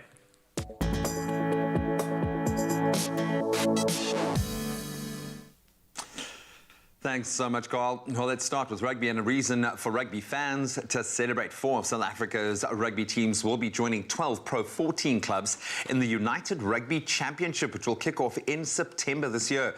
The Sharks, Stormers, Lions and Bulls will all play alongside teams from Ireland, Italy, Scotland and Wales in the 16-team league. The South African sides will also then be eligible to qualify for European competitions from 2022 to 2023 season. Then on to the football that's been unfolding over the last week. 2 late goals by Cristiano Ronaldo not only secured a very impressive 3-0 win for the reigning champions Portugal over Hungary in their Euro 2020 competition, but also helped him become the all-time top scorer in the history of the European Championship. In other Euro 2020 results from last night, world champions and tournament favourites France looked every part. The championship winning side, they got their campaign off to a winning start, recording a 1-0 win with a little bit of help. That was, of course, over Germany, but did get some help thanks to Mats Hummels' own goal in the 20th minute. And then there'll be 3 Euro 2020 fixtures today. Finland take on Russia at 3 p.m. Interesting one as Turkey face Wales at 6 p.m. And then the final match of the day will see Italy up against Switzerland in Rome at 9 p.m. And then finally on to tennis. It's all about grass. Former world #1 Andy Murray has celebrated his first grass court victory, in fact, since 2018. That was after defeating Frenchman Benoit Paire at the the Queen's Club Championship in London. The 33-year-old easing into the second round of the competition after seeing off Paré in straight sets, 6-3, 6-2 in 64 minutes. That means Murray will next face the Italian Matteo Berrettini in the round of 16 tomorrow. Well, that's a wrap of your sport for this Youth Day. Let's get one last look at the weather.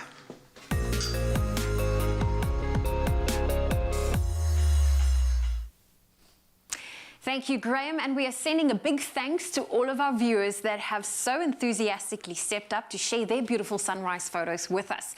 Kicking us off this morning, we received this stunning view overlooking Durban that was sent in by Gavin Pollock, who is more specifically from the Glenwood area in Durban. And then next we move inland, where Tau Biso from Verena, Mpumalanga, shared this beautiful fresh morning, showing off the silhouetted image as the sky lightens in the background.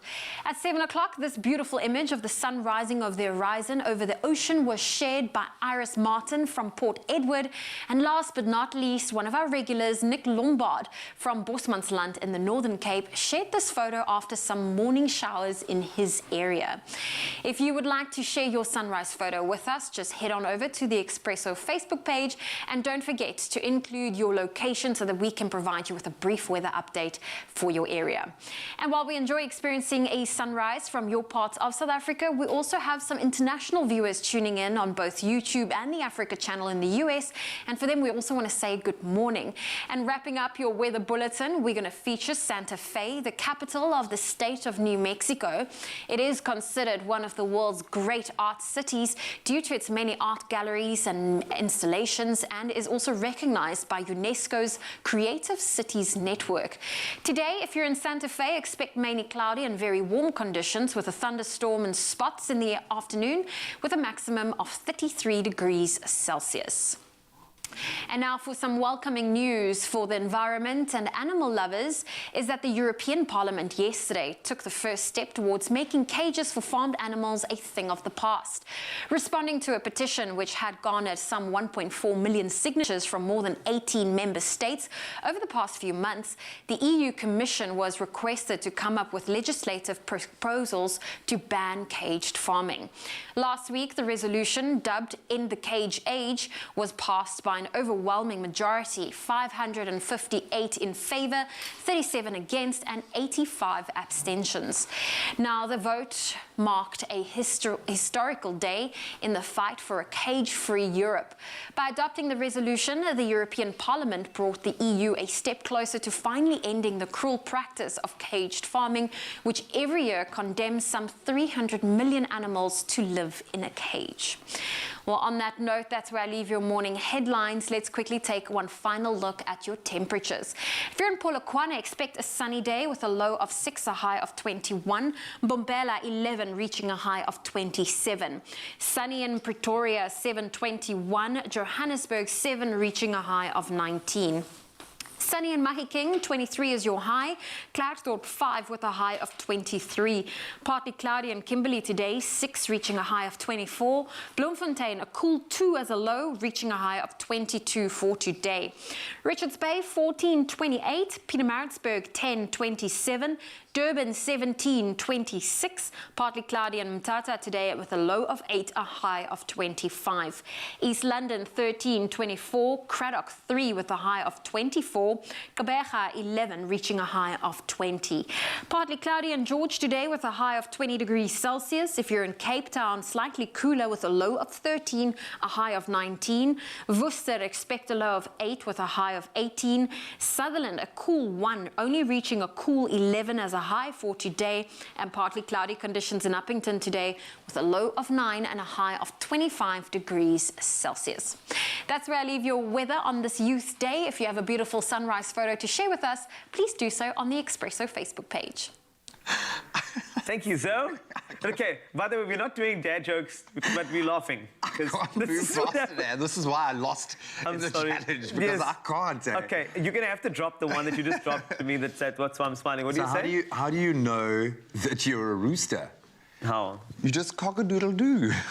And see, this is what happens. But as you know, a father is someone we look up to, no matter how tall we grow. Or how idiotic they are. And how bad their jokes are. A father's bond is just as important as that of a mother's. In fact, studies suggest that children whose fathers are actively involved with them are more likely to be emotionally secure, confident, and have better social connections. Completely. And with Father's Day just around the corner, we are going to chat to two very special dads in the studio. And when I say laugh at each other. Special, I mean special about the time that we spend bonding with our little ones and why it's so important. And we give each other a lot of advice. Yes, we have to. Feed off each other. And I think it's important for us to do that because you're not doing it on your own. You've changed, man. You look so different when you had a full head of hair. Yes, exactly. It's crazy. Now, I'm going to ask you, because it has been proven scientifically, emotionally, on every level, that a child's involvement a father's involvement in their child's development is as important. What does your role as a father, because it is something you take very seriously, I know this, what does it mean to you? It's important because the thing is, my actions are immediately guiding the kids. It's not just a matter of you just doing your thing and going solo. I also know that a lot of us dads, we get it wrong by thinking that we have to be strong all the time. I think that if you show your vulnerabilities to your kids and the way you deal with your vulnerabilities, you're making more complete children by that. And I think if you think you've got everything sorted out, I think that already that's the first mistake. I mean, you're learning too, so why not learn with your kids as opposed to, being that person that's always trying to teach them stuff. Build their EQ with their IQ. Exactly. I agree with you completely. And of course, when it comes to that, EQ is only built when you spend some time with your kids. So from your side, spending time with your little ones and your family, that particular bonding time, how important is that to you? And also, what are some of the elements to the bonding time?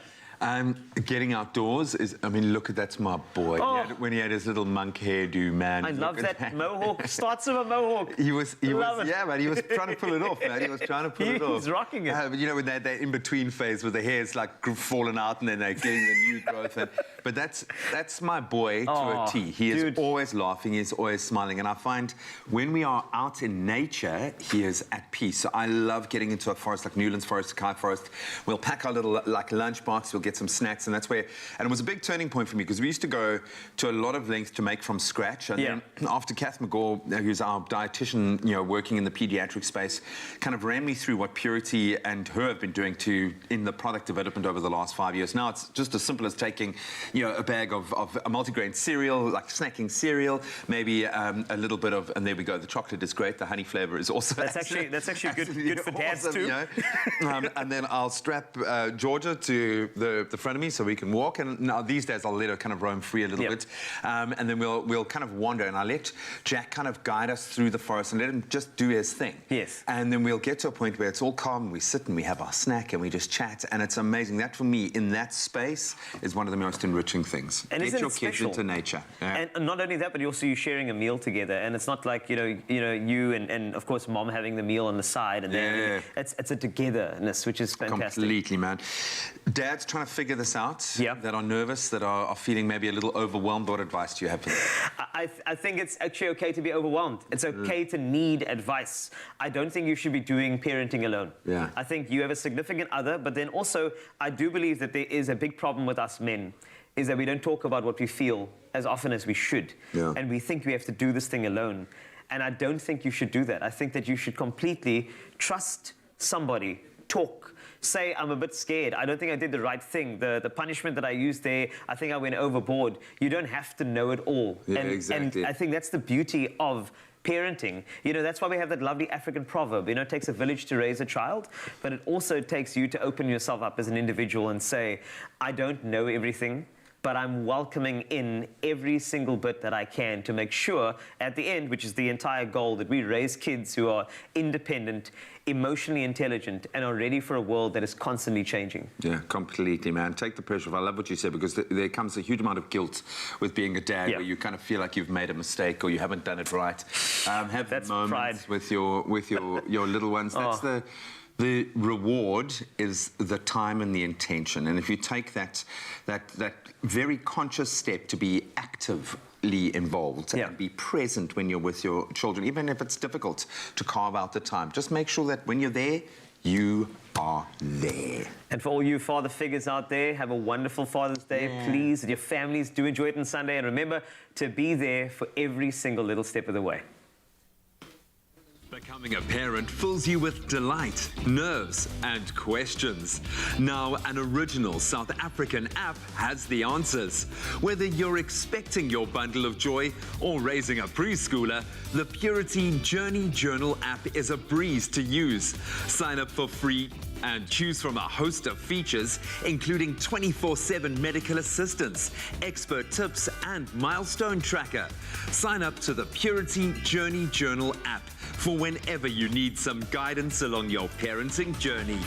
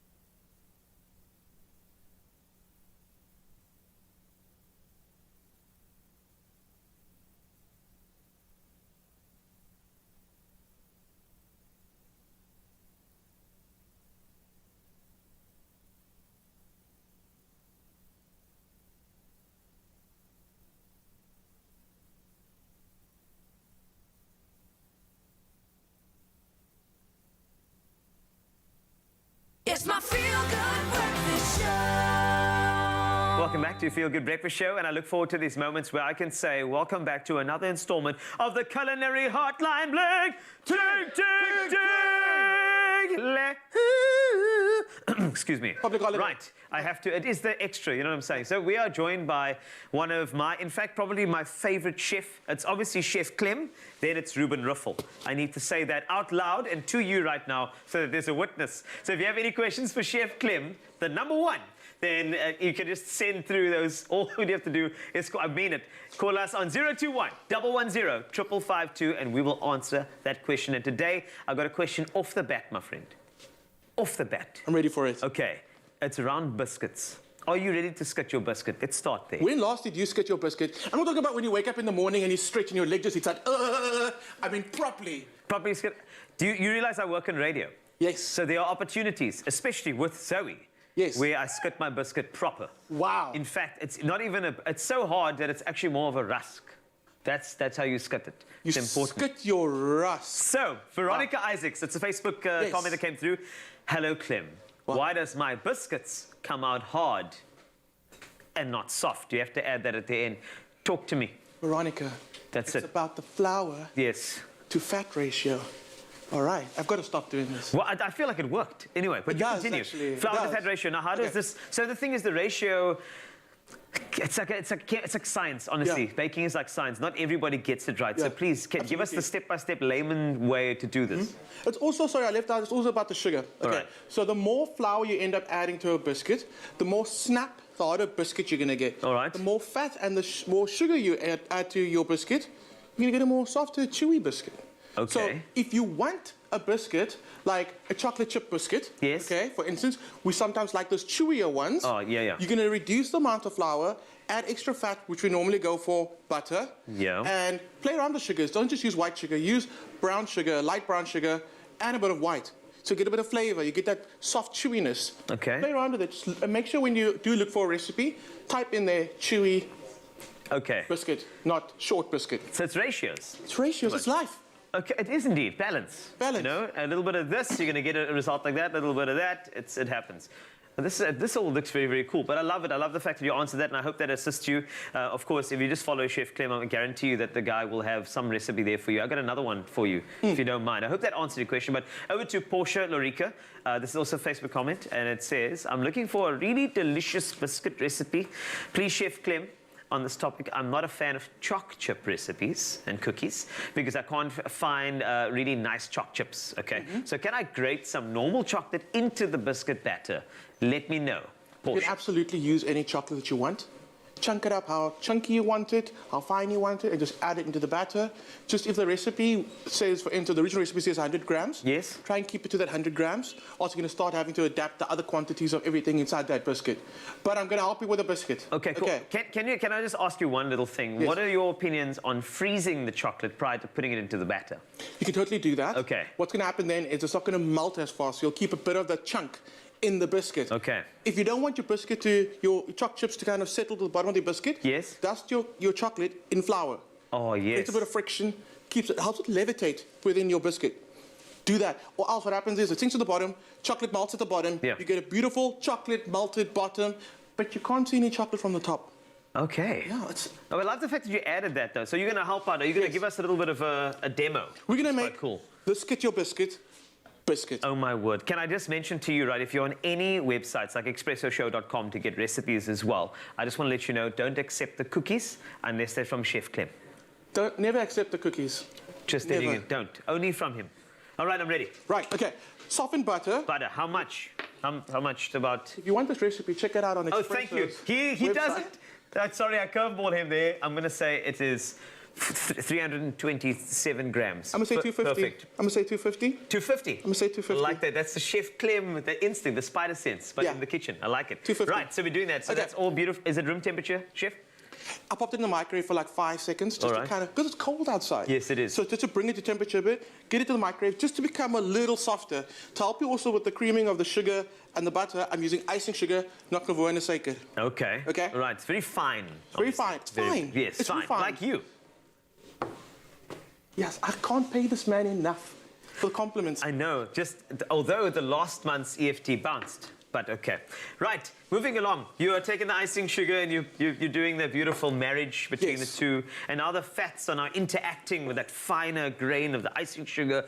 And there's something happening. It's becoming crumbly. It's becoming crumbly. Yes. Then you want to really make sure you get it in there. Okay. I'm thinking how I can get you also like... No, I like watching. You good? I'm a narrator. You know, I can do it. It's like a rugby match. Chef Clem coming around the outside. Icing sugar going right in there, as well as some butter. Absolutely incredible. He's going for a round turn there. He comes through, flattens the spatula. He calls the flatula. That's what they call him, but not in the kitchen, only in other areas. Here he goes. He's coming around the outside, dropping in some vanilla essence. Oh, my goodness, absolutely incredible. Vanilla essence going down. It could be a proper touchdown as it goes around in the kitchen. It's the culinary hotline. Bling, bling, bling, bling, bling. Here we go. Another spatula brought into play here. Something from the bench that he brought up. Well done to him. Thank you. Right, now we've got some flour here. Chef, we're going to pause right here for some commentary. Chef, what are you doing now? This is cake flour. You can use bread flour. I'm not going to be fussy about it. Okay. Get that in there. This is where you're going to bring your hands in, or bring this guy in. Let's bring that one in, because I feel like that's probably a bit more COVID compliant, you know, given the circumstances. Agree. And our family meeting last night, so we might want to be as compliant as we can in all spheres. Safer. Yes. So the crumble that you see there, is that supposed to happen, Chef? Yes. Okay. Yes. The cookie has to crumble first. That's indeed. And then... That's the way it does. You want to gradually add this. Okay, so I need to fast forward. We're running out of time. So no, it's as fine. It comes together... Go, go, go, go. I'm going to show you what starts happening. This is like the end of the rugby match coming up now. It's not. It's extra time. Oh, is it overtime. extra time? Yeah? You're going to need that. It is... okay, you're looking for coarse sand looking like crumbs. Oh, really? And you're thinking, is that right? Yeah, because it looks very dry to me. But then you pick it up. Okay. And you can see it actually comes together already. And that's what you want. It has to go to the fridge, though, okay? And while it goes to the fridge, it's going to sit up. You're going to roll out your dough. Trying not to mess, but you know what? You know it doesn't work. Okay, you're going to roll out your dough. All right. I've got 2 heart shapes because... It's important. And also, you know, Father's Day is coming up. Love you, Daddy. Yeah, got you. Got you. Perfect. Right. Cut out with a bigger one first, Then, smaller one goes on the inside. Any shape you want. I've done these with circles. You can see so I've got these little rings. Then what you're going to do is you're going to work with it when it's raw. Okay, imagine these are still raw. All right. So, again, I've cut out these raw rings. I've taken some hard candies. Yes. And I'm just kind of like popping in the middle. That is cool. When you say hard candies, you're talking about the normal sparkly ones? Sparkly ones. Okay, cool. That's a good one. The sparkly ones. Yeah. Sparkly ones. Then you're going to bake them. And it's going to actually form a window. Because you've got to keep the goodies inside so you can get your biscuit. I've taken the Woolies Royal Icing Kit. Oh, just add water. Okay. All I've got to do is then... All right, Chef, you got 10 seconds remaining. No, but now the scissors will not. It's okay. You got this. And now you're doing some decorating. No. I'm going to actually sandwich everything together now. Okay, beautiful. So now you're just making sure that the glue is down there. There we go. The sound, you see the flatulation was the bad. Indeed, that's the flatula I was talking about earlier. There it came through. Well done. Okay. And we've got some sprinkles here. Colin, I need your help. Bring us sprinkles. Sprinkles. I love sprinkles. Here we go. Just... Yes. Okay. Put it down. More. Sprinkles in the middle there. There we go. Now get your biscuit. Get your biscuit. There we go. Biscuit. Scutting. Right. Grab one. I'm grabbing one too. This is perfect. Father's Day. It's coming up. Recipe on expressoshow.com. You can hear. You made that. Be proud of yourself. And don't accept the cookies unless they're from Chef Clem. It's a culinary hotline bling. The lads are definitely skitting their biscuit, and we're going to carry on that theme of skitting our biscuit. And if you haven't had a chance to drink your morning cuppa, then don't worry, because now is the perfect time to sit back, relax, and watch Zoe and the G-Man go head-to-head in another round of our 5-second game. And today, the theme, of course, being Youth Day, is teenagers, and it's only Youth Day. And you're playing for... Guys, this is a big one, right? It's not just choc chip rusks. It is chocolade stickies biscuit. Your biscuit. So skate your biscuit. We're not skitting our biscuit. No, you can't skate your biscuit. That's different. I feel like I'm not even going to weigh in. I don't think you just... Let's play the game. We'll move swiftly on. I think you're closer to your teens than I am, obviously. So I feel like you should remember. It's debatable because you're going back to your teens soon. You got some... I'm very immature. Teens. So... Hey, my balance. So but no, ready, I think with the three most young at heart people in the studio, let's kick it off, all right? Okay. And G, disclaimer, G read through some of the questions, so I'm changing things up just to make sure you not cheat on us on Youth Day, right? Okay. So G, your first question of the morning is... Okay. Name 3 things teenagers like to wear. Hoodies, rugby jerseys, and skirts. Skirts? Oh, female teenagers. That's right. Yeah. Keep your stand. I mean, I can identify. You got that? I don't know why I thought of boys only. Okay, cool. All right, Zoe Alicious, you're up next. Name 3 things teenagers do on the weekend. On the weekend, they game, they're on their phones, they watch TV. It's too easy. It's too easy, man. Okay, right, let's step it up again. Okay, so G, your next question is, can you name 3 things that stress you out about your kids becoming teenagers? Emotional complexity, meeting a boy. Meeting a boy. Meeting a boy. G, come back to us. Oh, shame. I think every dad with a daughter thinks Thank God that's never ever gonna happen. So we're fine. I sense the fear in those eyes, man, and I feel you, G. But don't worry, I think you made out for it, man. You cut out for the gig. Zoe, question to you, and this is probably an easy one because it was just a few years ago. What are the 3 things that you miss most about being a teenager? I miss school holidays, I miss varsity holidays, I miss being able to bunk class, I miss getting pocket money. Wow! I miss having things paid for me. Yeah. I was waiting for that. Just imagine when you used to use the toothpaste in your parents' place and you didn't buy it yourself. Finish, you just all the toothpaste on because I didn't pay for it. Okay, I wasn't that wasteful. My mom would come and kick my butt. Speaking of, here's a good question which I want to pose to you, G. So, when it comes to butt kicking and irritation, name 3 ways to irritate a teenager. Take away their gaming console, listening on their conversations, and... Oh, we're so close, but I want to hear it anyway. Come on. I don't know. You wouldn't say arrange a play date. That would annoy a teenager. That would actually work in this day and age.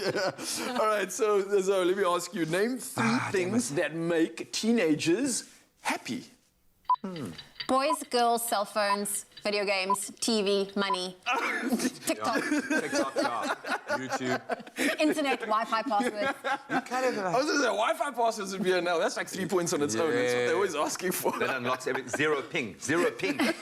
Anyone who plays Fortnite, zero ping. Yeah. It looks like we're neck and neck here, I think, although G, I think we missed out on one. But let's You got one. final round. Damn it. Let's do the Mzansi. Maybe you can see if you can answer this in the same period as they can. G, name 3 crushes you had when you were a teenager. Go. Cindy Crawford, Selma Hayek, and Cameron Diaz. Oh, the Good bomb. crushes. Pretty good choices, I think. I love the question so much, and I'm going to try and ask a different version. Zoe, can you name 3 crushes you had when you were, I lied, also a teenager? Okay, definitely Brad Pitt. There Yeah. was... I had a crush on Brad Pitt as well. Gosh, I had a crush on him. I've current crushes. I'm trying to think who I had back in the day. Wait, I do want to answer this. There was Brad Pitt. There was Pierce Brosnan. Oh, yes, that's Bond, yes, right? yes, yes. There was Bond. And then who else? There was someone else. There was quite a few. There were The Twilight dude. For some reason, I liked Jacob, it. Team Jacob. Well, I like both, but yeah. All right, guys, but that is another epic installment of the 5-second game. And if you have a teenager in the house, or do them a favor at least, please, and do the following. You can win them an Omar Rusk hamper, which is worth 1,000 Rand in cash, and that'll definitely get them happy. And all you got to do to enter is tell us what your favorite time of the day to dip an Omar is. And you can share that answer with us on the competition post on our Expresso Facebook or Twitter page using that hashtag dipping time. And of course, remember, every entry also gives you an entry into the grand prize draw to win that Smeg hamper worth 12,000 Rand. And your T's and C's can be found on the expressoshow.com. And while you're waiting to win that competition, dig into these chocolates. There will be no spinning of anything, okay? No, there'll be none of that. There will be no voice. Any time is dipping time when it's with the ones you love.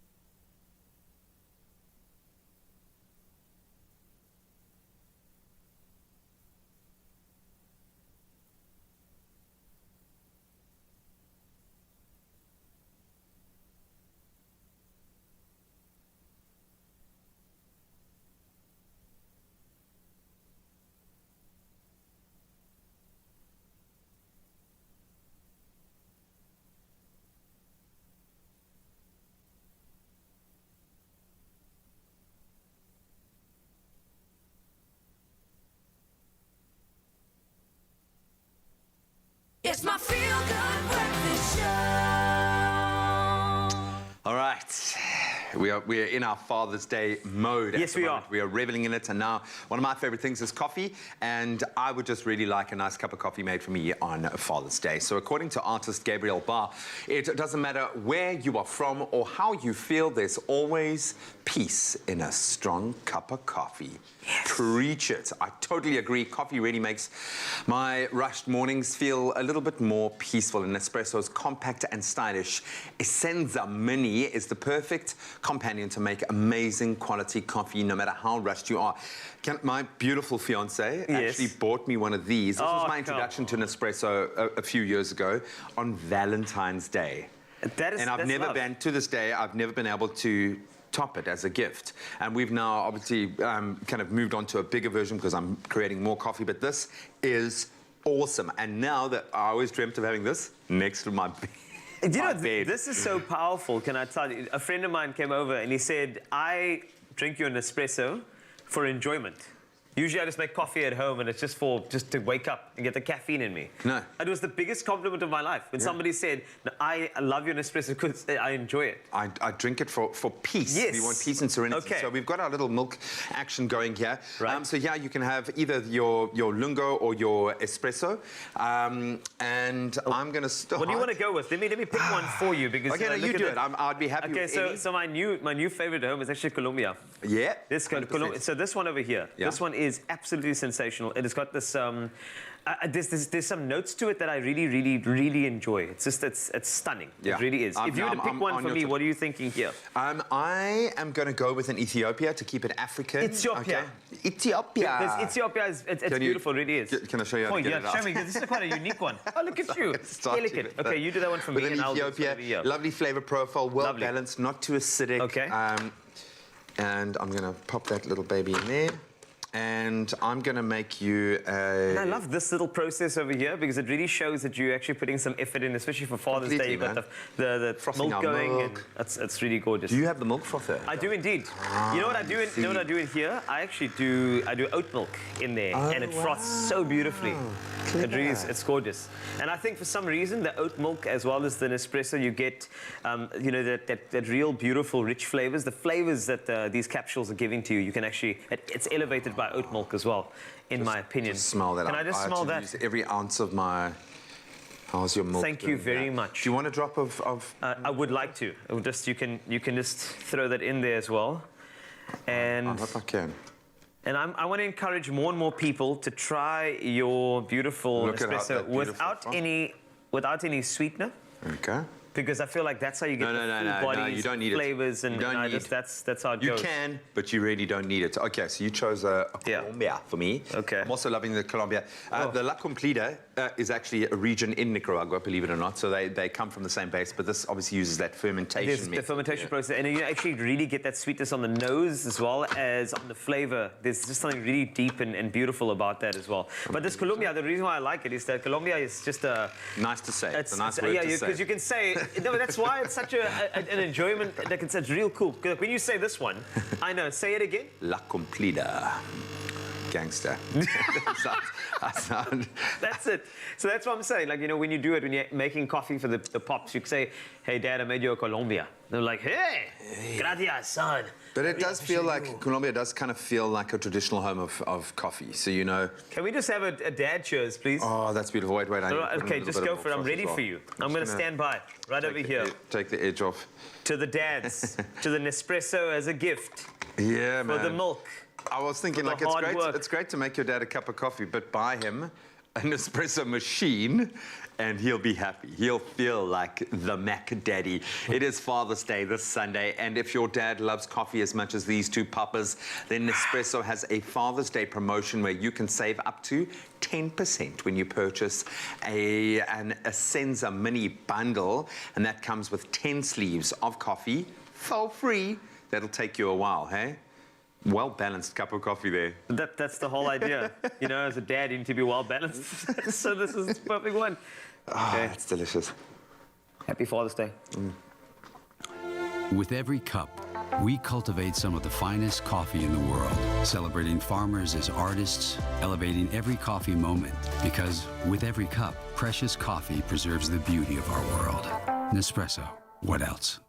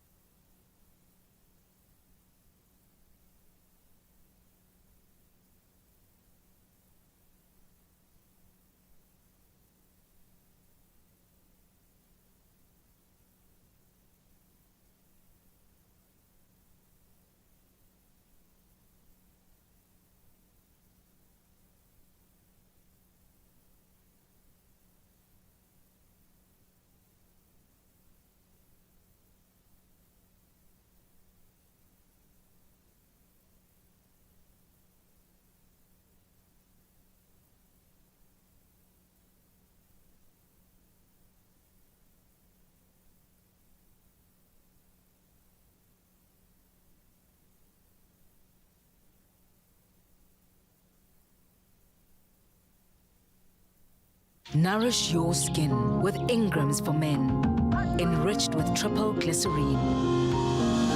For 48-hour moisture and no stickiness. Ingram's, your skin, your brave. It's my feel-good breakfast show. I hope you are having a fantastic Youth Day. This is your Feel Good Breakfast Show, Expresso. And with Father's Day just around the corner, there is a saying that goes, a father is neither an anchor to hold us back, nor a sail to take us there, but a guiding light whose love shows us the way. He's loved by you, he's protected, he's loved you, he's guided you, and now it's our time to show him how much we love him. Now, homeware editor Danelle Weekly, she is here to unpack her editor's pick with us. And I know, Danelle, you have 2 girls and a hubby. When it comes to Father's Day, do you let the girls take reign, or are you involved in the planning? No, the girls take reign. I mean, I feel bad for him now that I've heard that quote, because he's getting something very naff after that quote. But no, the girls take reign, and my husband loves the outdoors, so the girls get involved in doing something with him outdoorsy and a bit of a braai. I mean, what could possibly go wrong? I know. Fire, sunshine. What more? Daughters. Yeah. What more does Dad want? To spend some time with his ladies. Exactly. Now, you have our editor's pick here in front of us. Yeah. And talk me through some of these amazing gifting ideas that we can get for Dad from... So I think the great thing about buying gifts for Father's Day as opposed to Mother's Day is that dads really have no expectation. True. Moms have kind of... we kind of want secret gifts that we've planted. So, you know, there's a bit of pressure. I think with Father's Day, there's no pressure. It's easier. Exactly. Easy going. It's just a spoil. It's a great treat. So all I've lined up is a couple of like different treats that I think are things that guys wouldn't necessarily buy themselves. So easy to do for kids, but also nice for the dad. So this is something that I thought was quite cute, especially if you've got younger kids. So it's just a little dad mug. It's chockies. I would decant the chuckles and the white nuts into the cup and put it all together like that so that they can give him a little something. It's a bit of a sweet treat. It's super affordable and easy. And can I tell you, my dad has every single mug we have given him. Like, he has really kept them and he actually uses them, which is the sweetest thing in the world. His favorite mug right now is one with his grandson's face on it. So he's now a proud grandpa. Yeah. Wonderful. So actually you could just pop all of those chockies in and then you're done. There we go. This is slightly... more sophisticated. More sophisticated, later time in the day. But again, it's the kind of thing you wouldn't necessarily buy for yourself, and I think this is really kind of the Father's Day gift for the mothers as well. True, she's buying Which that for the home. Like. I know, I'm like, so beautiful. Love it. Wine cooler, some nuts, non-alcoholic wine. You can also add additional things to this, like a wine corkscrew. Oh, could I actually remember the word? There we go. Corkscrew, exactly. This is another good one. I love these sustainable wooden cutting boards, and even though I've paired it with biltong for Father's Day to add something to the gift, it's the kind of thing that you'll just use again and again.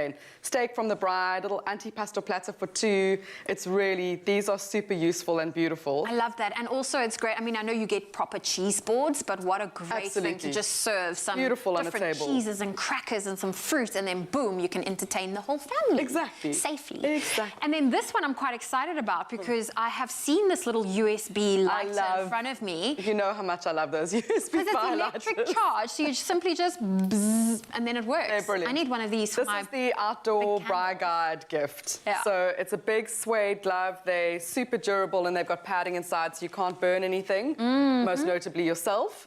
And the rechargeable lighter, which is such a win because I also am married to someone who is always on the hunt for a fire lighter.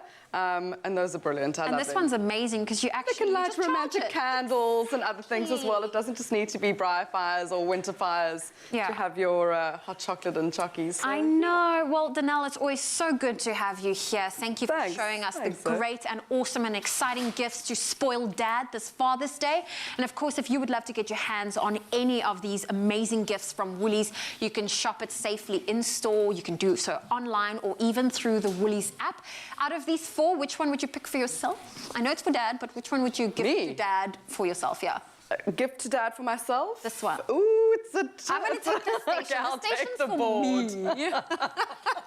There we go. All right, here we go. So we've got everything covered, homeware options, but I think we should get the foodie ones covered as well for Father's Day, and Chef Clem and his sis, who I'm so excited to meet. I can't believe she's here. Such a talent, more talented than Clem, is here to ensure that we're getting the great gifts. And of course, for the bride lover dad, I think something perfect would be an accompanying bride glove set, possibly a lighter. So, Chef Clem and sis Gemma.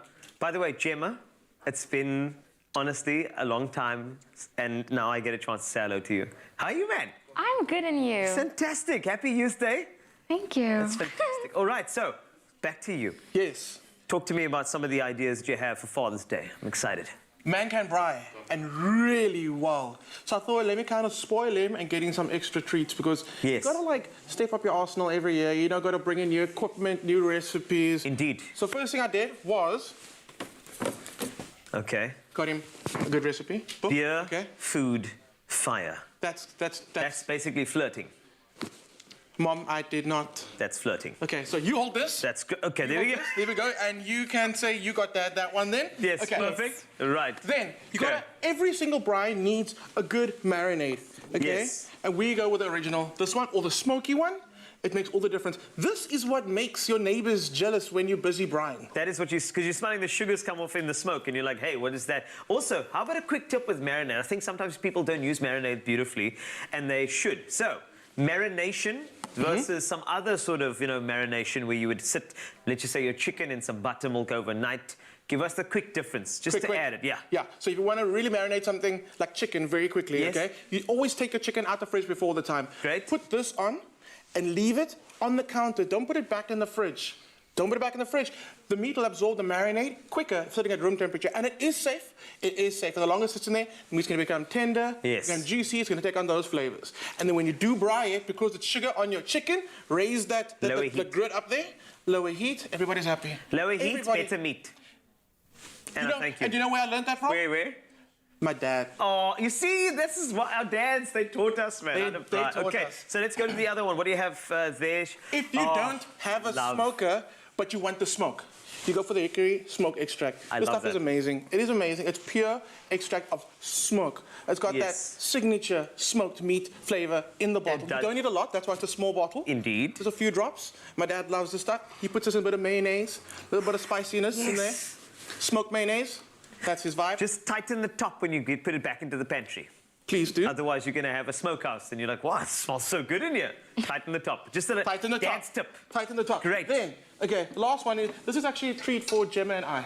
Okay? Because we're the ones that like hot sauce. Me too. Mom and Dad always think to us, you have too much hot sauce. Jim and I will just be like passing the bottle under the counter. We love this. So this is for you and me, okay? Because we have to have suppliers at the family house. Yeah. But honestly, this just amplifies anything. Any braai dishes, you have boerewors, chicken, vegetables. This is the go-to. This is the one.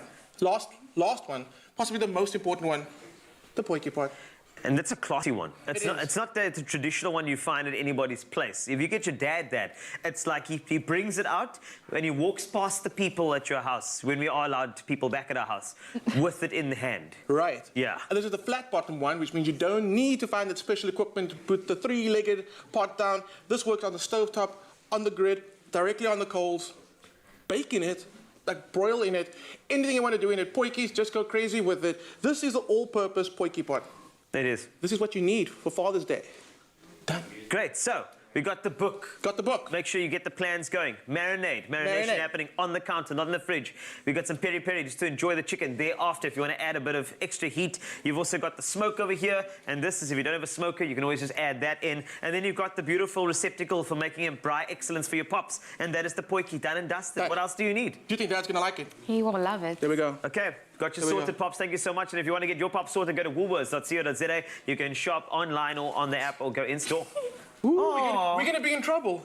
Because our middle sister isn't in the picture. She's going to be so jelly. What's the middle sister's name? Michaela, and she just had the baby. Okay. Michaela, I love you, Michaela. I wish you were here, Michaela. Happy Baba, there we go. Look at that. Look how nice your dad looks there. There's you. With Smoky. a smoke. Smoky. Okay? A little smoke there. I am proud of the dad I've become. I'm amazing. An incredible specimen of fatherhood. There's nothing wrong with doing the school run in my pajamas. You've got this, Dad.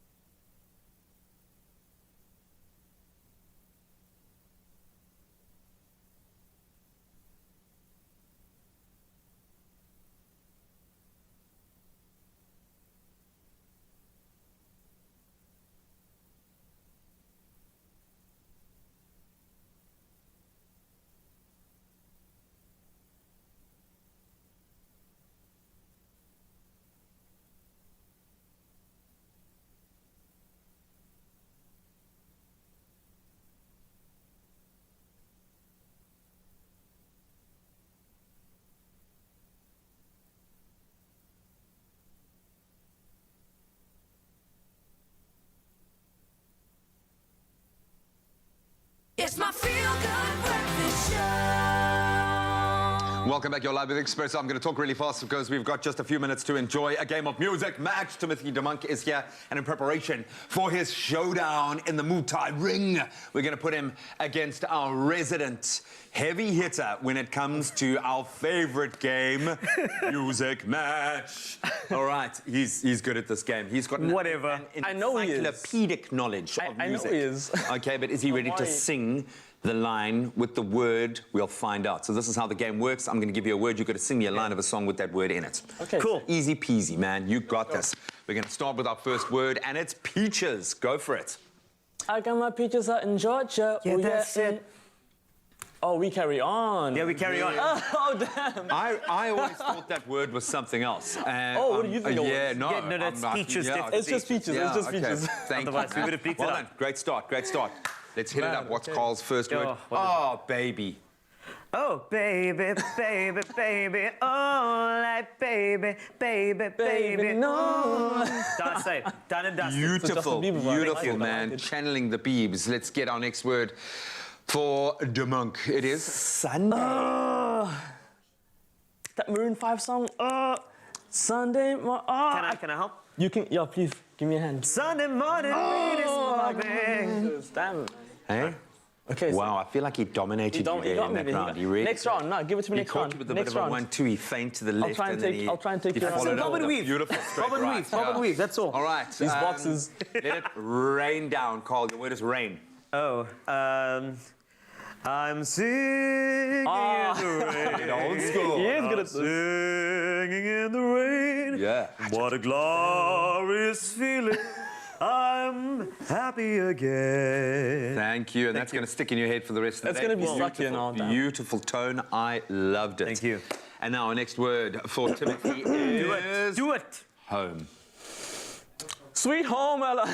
Nothing wrong with that. There's nothing wrong with that. That's Sweet home, Alabama. That's about all I know from that song. I'm not a country head, but that's about all I know. Well, that was the first song that came to mind. That's fine. We just asked for one line. You gave us one line. Done and That's dusted. cool. Sick. We'll do it. Okay, let's see. You. Oh, you. No, I mean the word is you. You're way too good at this. Here we go. Well, I gotta give you that. That's Thank Hey, you. did you fall I into- want to go classic, We'll you give know, you one more word to redeem yourself. Come on. let's go. Let's see what it is. Let's see what it is. Take this to the judges' cards. Good morning. Good morning, good morning. Good morning by Kanye West, right? Everyone knows that song, surely. Go for it. That's all he says. He just says, good morning. Good That's morning. not singing. Good morning. This is a hard one. You should have sold it harder. I should have sold it harder. If you Well, just I gone think with you beat me in good this morning. one. I think you got me with this one. I thought he was going to jump in with that Mikasa, good morning to the Oh, world you see now- out there. You see, You can't put me against someone that's good at this encyclopedic game. knowledge, bro.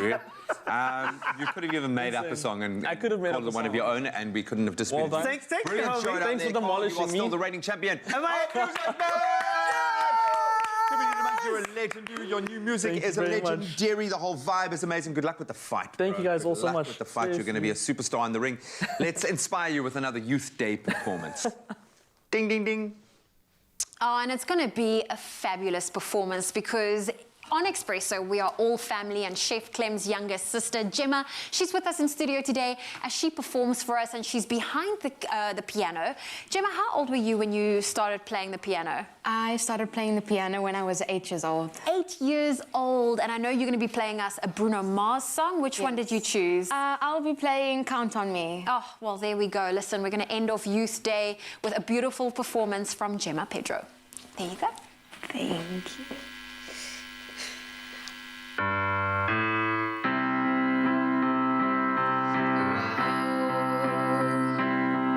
If we ever find ourselves stuck in the middle of the sea, you'll sail the world to find us. If we ever find ourselves lost in the dark and we can't see,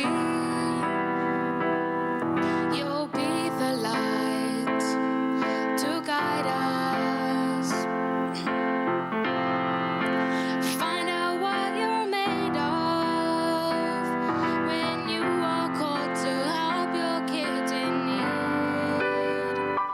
You can count on me like 1, 2, 3.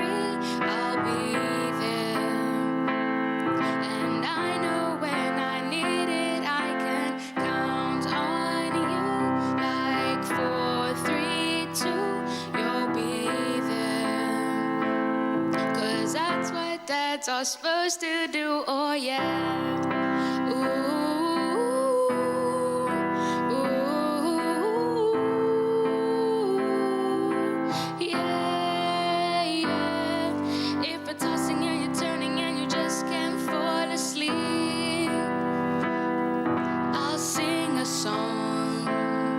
Beside you, and if you ever forget how much you really mean to us, every day we will remind you. Oh, find out what you're made of when you are called to help your kids in need. You can count on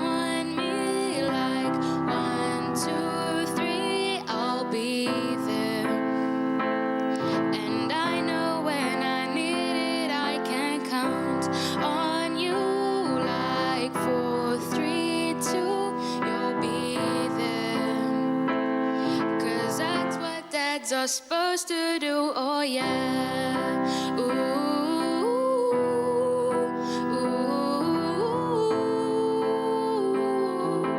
yeah, yeah. You can count on me like 1, 2, 3. I'll be there.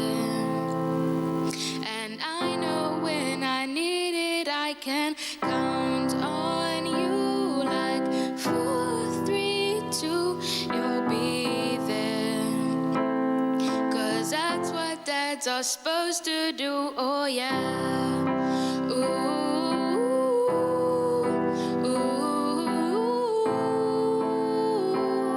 You can count on me 'cause I can count on you.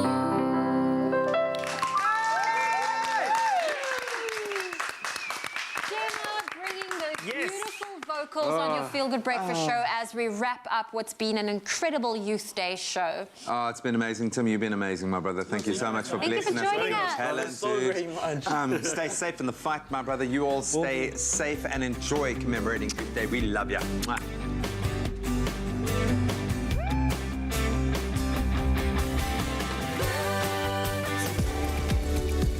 Whether you're saying thank you or we believe in you, nothing says it quite like a home-cooked favorite, made with love by Clover. Another feel-good production.